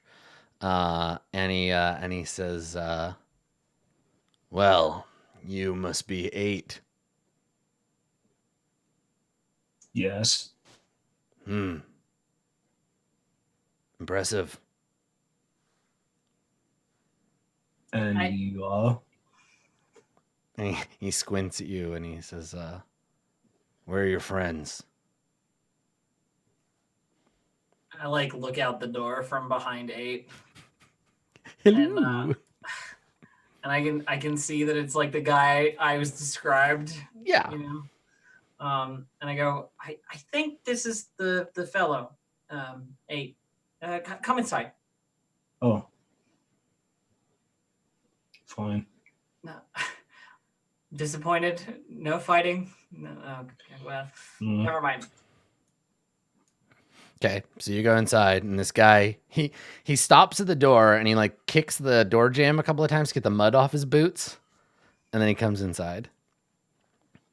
And yeah, and so he looks around and he's like,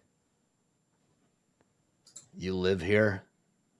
Yes, it's not much, but I'm working on it best I can. I'm Rin Stillwater. And he looks down at you. War dragon. But you knew that. I did, yes. You're the one that Vajra gave me the letter to send to. The Blackstaff and I go way back. We're old friends. Said you were in trouble. Well, something about Never Ember's gold. Well, the gold is a problem, but also the more pressing issue currently is that our friends have been abducted by the Castellanters. Castellanters. Why do I know that name? Noble family, a little bit into weird things. Yeah, aren't they all?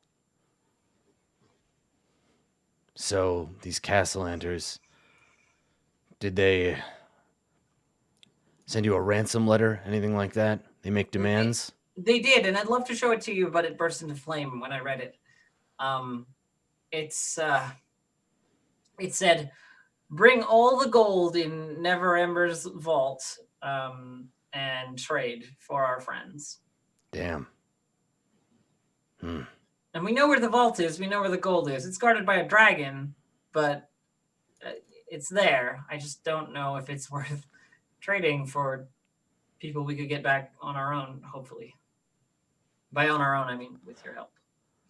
So you found Never Ember's gold, huh? Yeah. Anybody else know where it is? Well, the Castellanters, but there's also a very, very potent guardian. So they you mentioned that. Deal with that. What kind of dragon? Gold.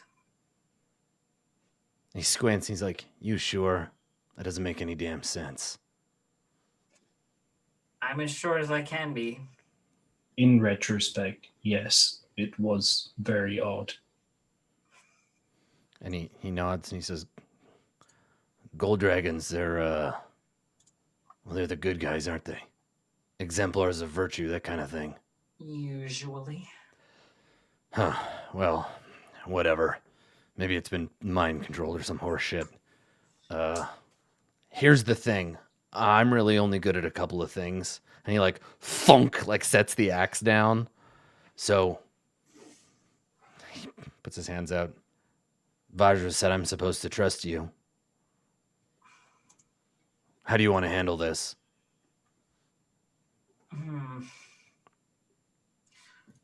Well, I don't know that a full frontal assault of the Castellanter Manor would be the smartest plan. I say, pointedly looking at the like axe and the statement of I'm only good at a couple of things. Like, Yeah, and he nods and he says that's the thing about nobles. You got a problem with them. It's a lot harder to deal with.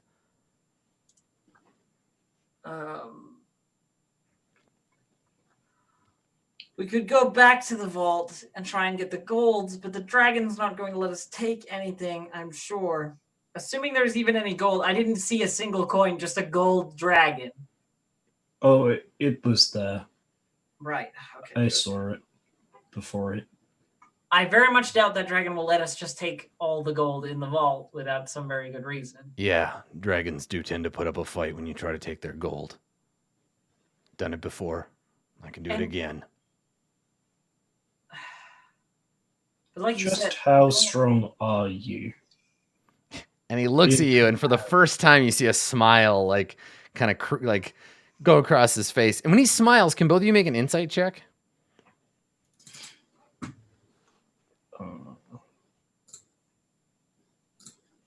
5. I keep forgetting that 8 is weirdly.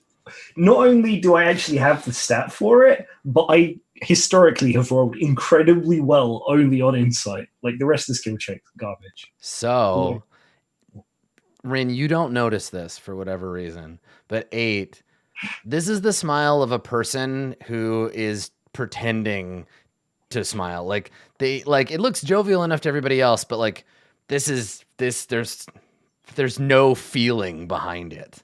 Like he's not smiling with his eyes. And so he just smiles at you and he says, "I'm plenty strong enough."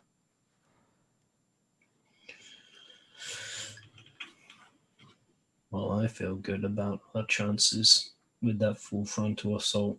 Are we sure it's not too much effort? And he says, "It's not about the effort. It's about who finds out. If there are other people who know where this treasure is, they're going to complicate things." So what you're saying is if we have a way into the manor that might not be as obvious, then cutting our way through some guards won't be too much of a problem. And he shrugs. He says, "It's not about that. I mean, these guards, they're hired by the nobles, and the nobles have pull. They've got sway in the guard. I mean, the city guard, I mean. But Not the noble guards." We're already working with them, sort of. And they know the Castellanters are dirty. And he squints, and he says, "You can't trust the city guard. Where the hell do you think Force Grey is a thing?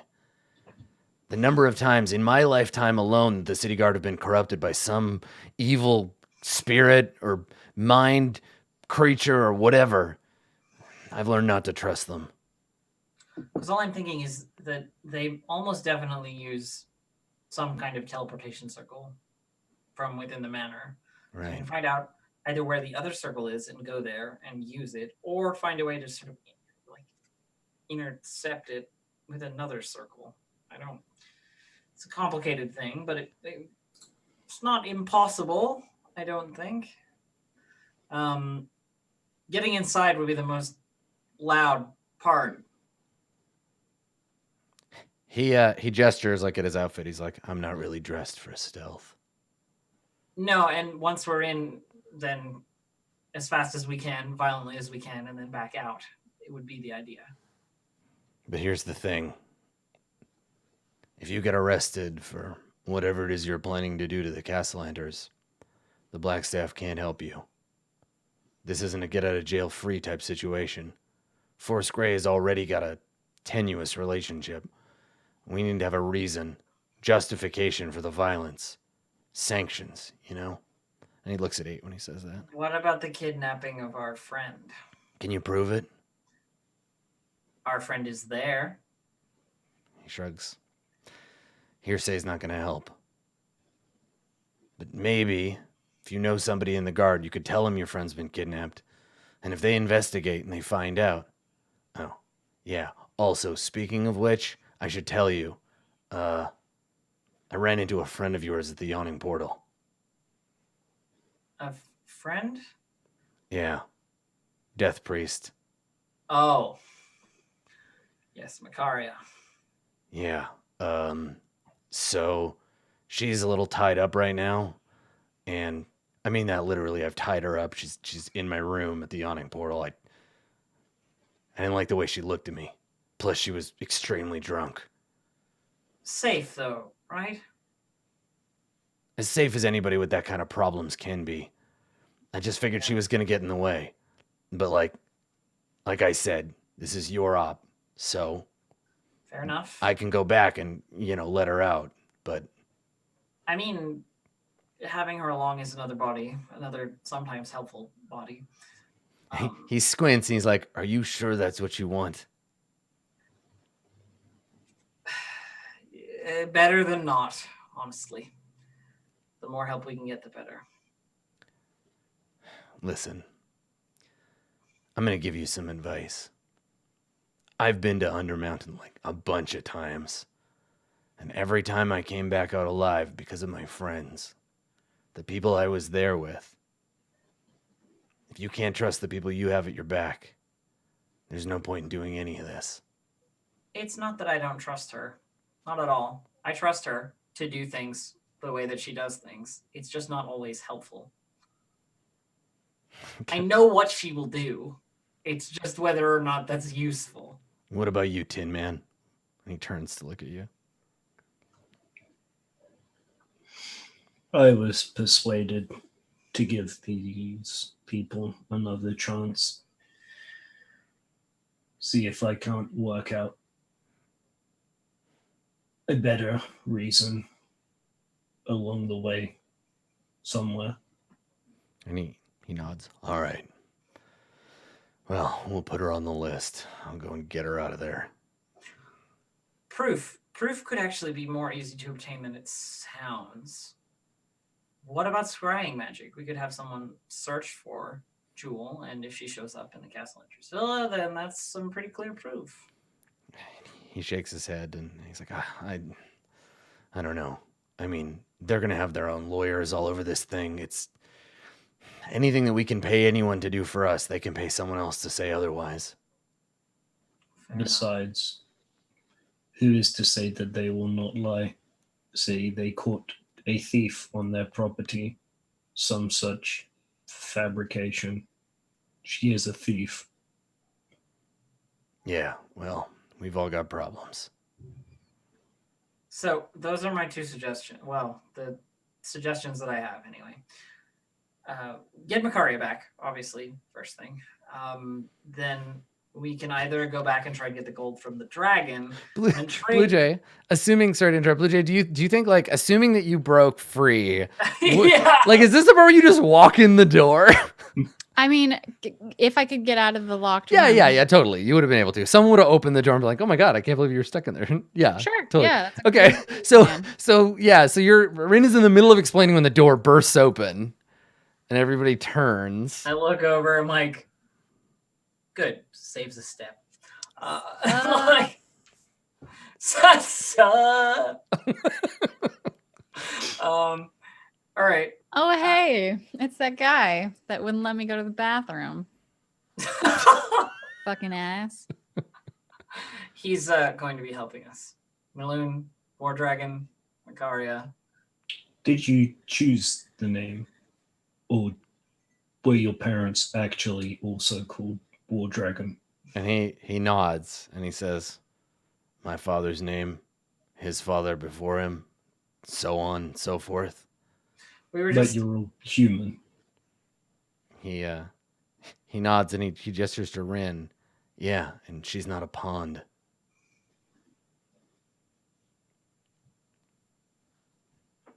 So, Makaria, let me get you back up to speed. Oh, I really don't care. I'm tired. I'm going to sleep. Right. Assuming Well, that I'll he just... doesn't kill me in my sleep. I'll see you in a few hours. Okay. You like stagger off the porch and out into the night. Just like turn back to the other seat and I go, the way I see it, here are options that I can discern. One, we go back to the dragon, we try and get the treasure, we trade the treasure to the Casalanters, and we get our friend back. That seems like the worst idea, because giving that much money to that many corrupt people sounds like a bad plan. Two, we do some variation of that then involves us double-crossing the Casalanters, but that also means that we have to fight the dragon first, or deal with the dragon first in some way, and then fight the Casalanters after, which also seems like a bad idea. Third, full frontal assault of the Castellanter Manor, where we will be arrested in a matter of minutes. Probably also a bad idea. He nods and he says, that'd be the best plan if we lived somewhere else. In Flan, that plan would be done already. Oh, certainly. But not here in Waterdeep. Fourth plan, find some way to enter the Castellanter Manor that is a little bit more quieter. I know you're not made for stealth. That's not the plan. We're not going to scale the walls and sneak in. But somewhere that'll get us in somehow that'll get us in quieter. I have a wizard I can talk to. And after that, I feel like this is very swiftly becoming the Big Lebowski. Like, here's what we do. We take a sack and we fill it with dirty laundry and we throw it over the wall of the Castellanters. I'm not saying it's a good plan. Roll20 presents the Big Castellanter. That NPC really tied the room together. Yeah, okay, so those are good as a player. Like, yeah, those sound like a good set of options, right? But when you finish, like, listen to them, War Dragon says, and I had to learn this the hard way, but if we can get that money, give it to the Castellanters, get your friends back alive, nobody has to get hurt. And he looks down at the axe and he says, that's the best way to do this. I mean, I know it stings, but they're already filthy rich, so. The money doesn't. The end of the day, if we were theoretically to obtain the money, take it to the Castellanters, you could go there with every intention of saving our friends with this deal. But I will not let them get away with the injustices they have committed. Wow. If I have to go to jail for this to work, then so be it. The rest of you continue on. I can wait. Yeah, he scowls and he says, they not teach you about injustice when they built you, Tin Man? World's full of them. Best turn your back on that idea. Justice is an illusion.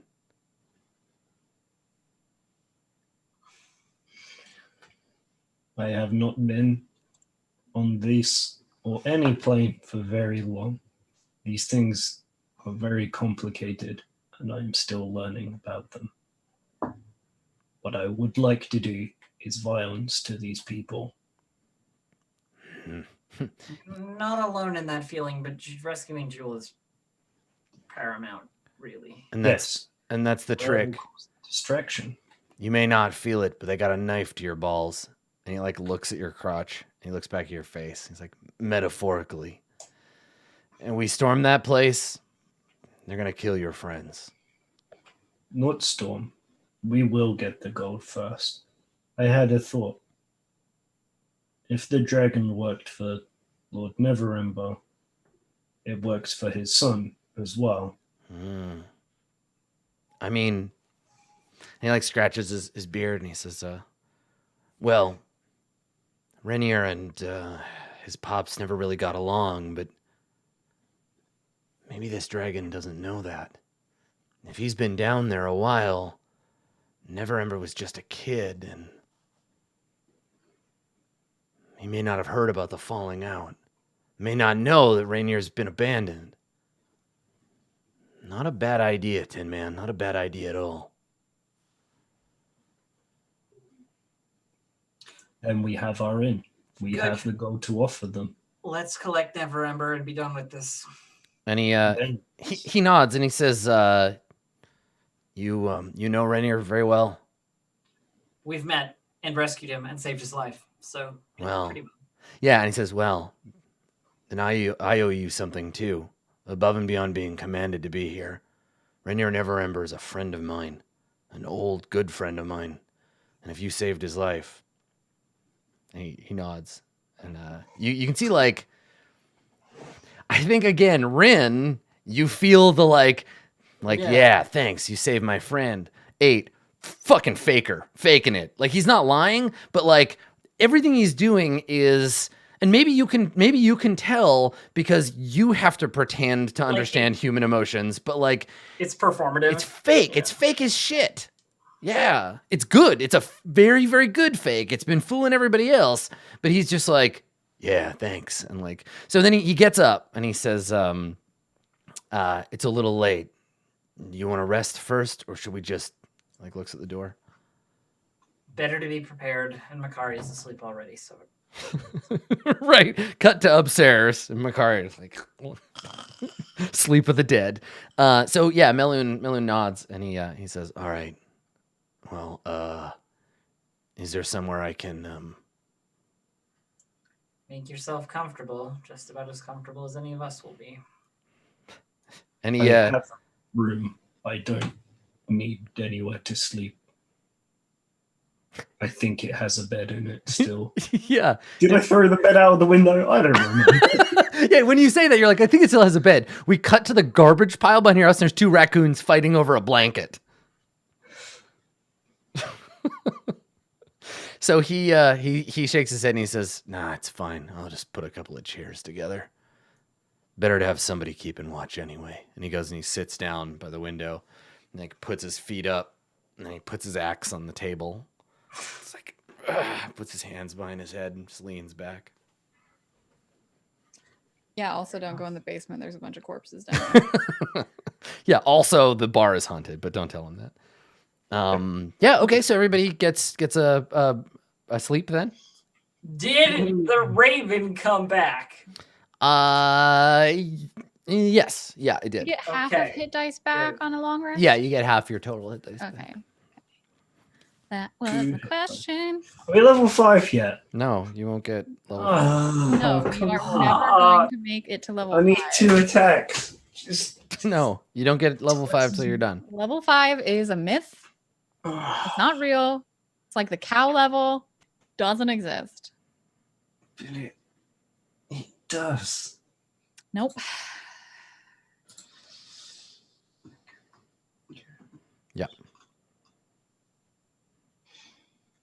Okay, so long rest, I Yeah. guess. Yeah. You do. Okay. All right. So you rest. Everybody gets their hit points and their spells and all that business back. Yeah, you wake up the next day. Great. Sick. Reconvene, head to the windmill, I think is the plan. Yeah. We need Renner. Oh, well, yeah, reconvene, get Rainier, head to the windmill. I'm sorry, then we'll grab a pint and wait for it all to blow over. Okay. All right. So you wake up in the morning, and I think we can montage this bit, right? Where you, because the next bit we actually have to play through. So you go to the Yawning Portal or to one of Rainier's like houses. There is a brief kind of like scene of the group of you talking with Rainier looking like concerned and like, oh yeah, okay, I'll come with you. And like, then the group of you go back to the windmill.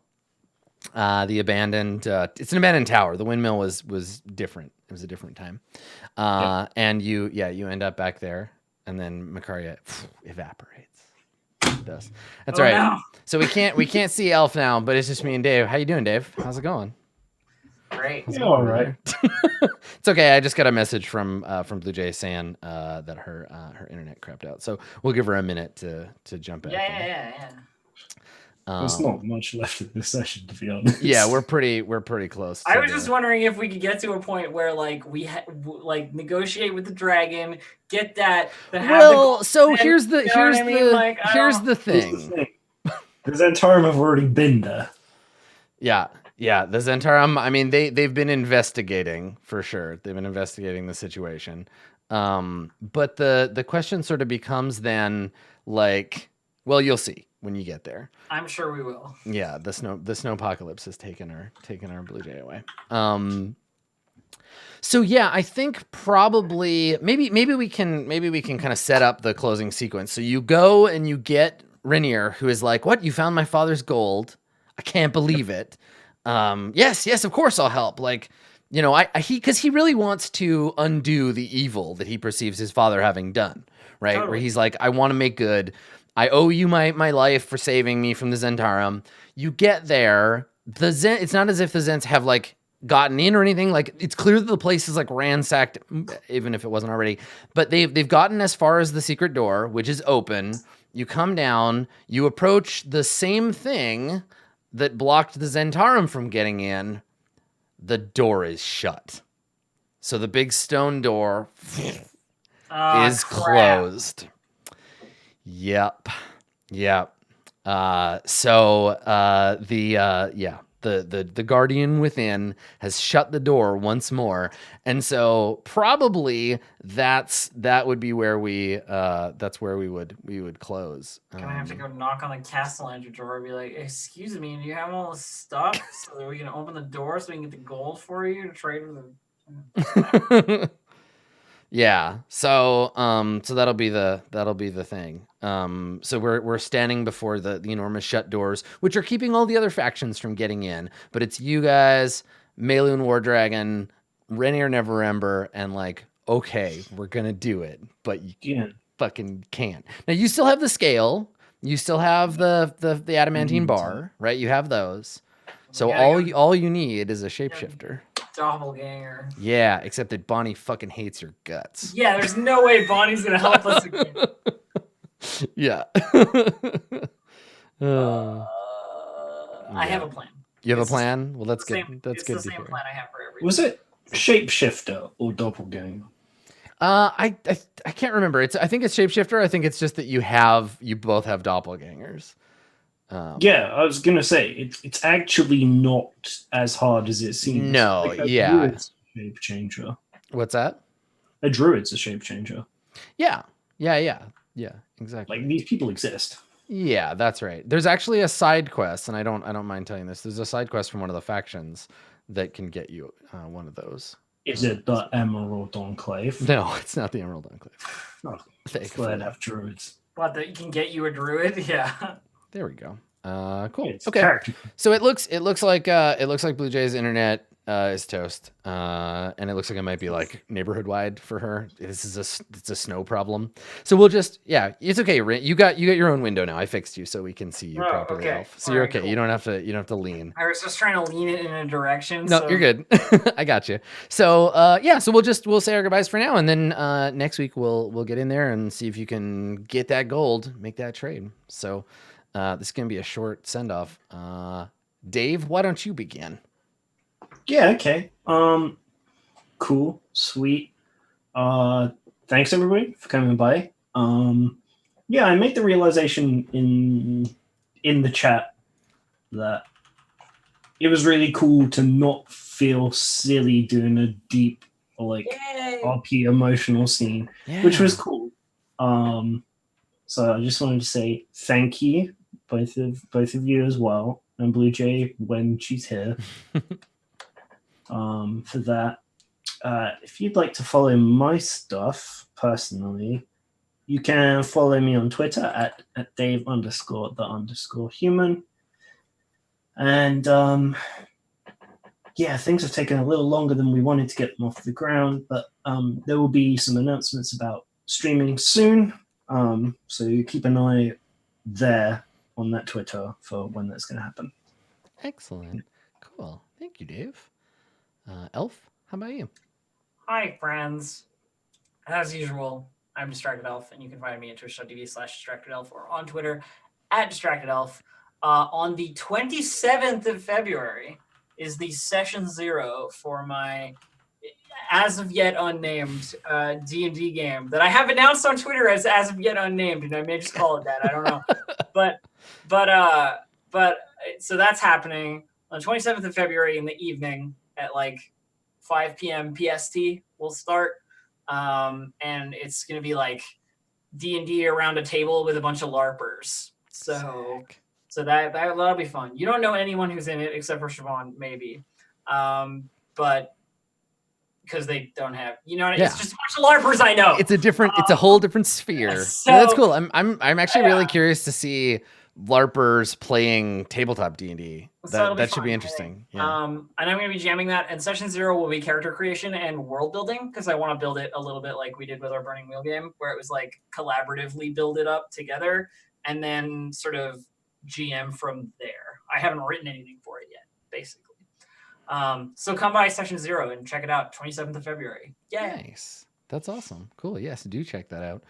Cool. I can do some shout outs for the absent nerds. So you can find Blue Jay at Twitter, BlueJay_712, and on a bunch of other roleplay stuff, which Blue Jay has collected for you at bluejay.tv/portfolio.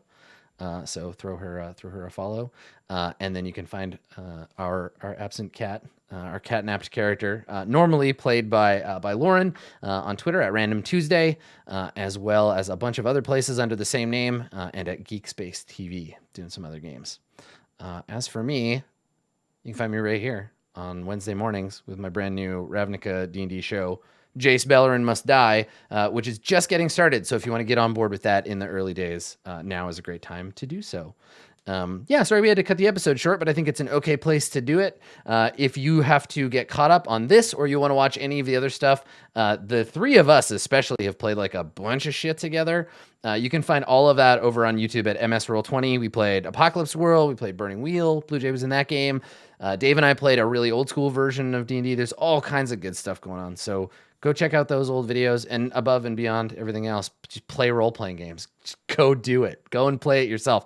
This adventure has 3 other villains and 3 other storylines, and they're very different, especially here at the end, because our group has gone heavily off the rails. So if you're curious about that, if you're curious about that, you can play it yourself. So you can check it out on the Roll20 Marketplace. That's it for us for today. We'll be back, I think, next week with more show. So thanks, everybody. See you next time. Bye.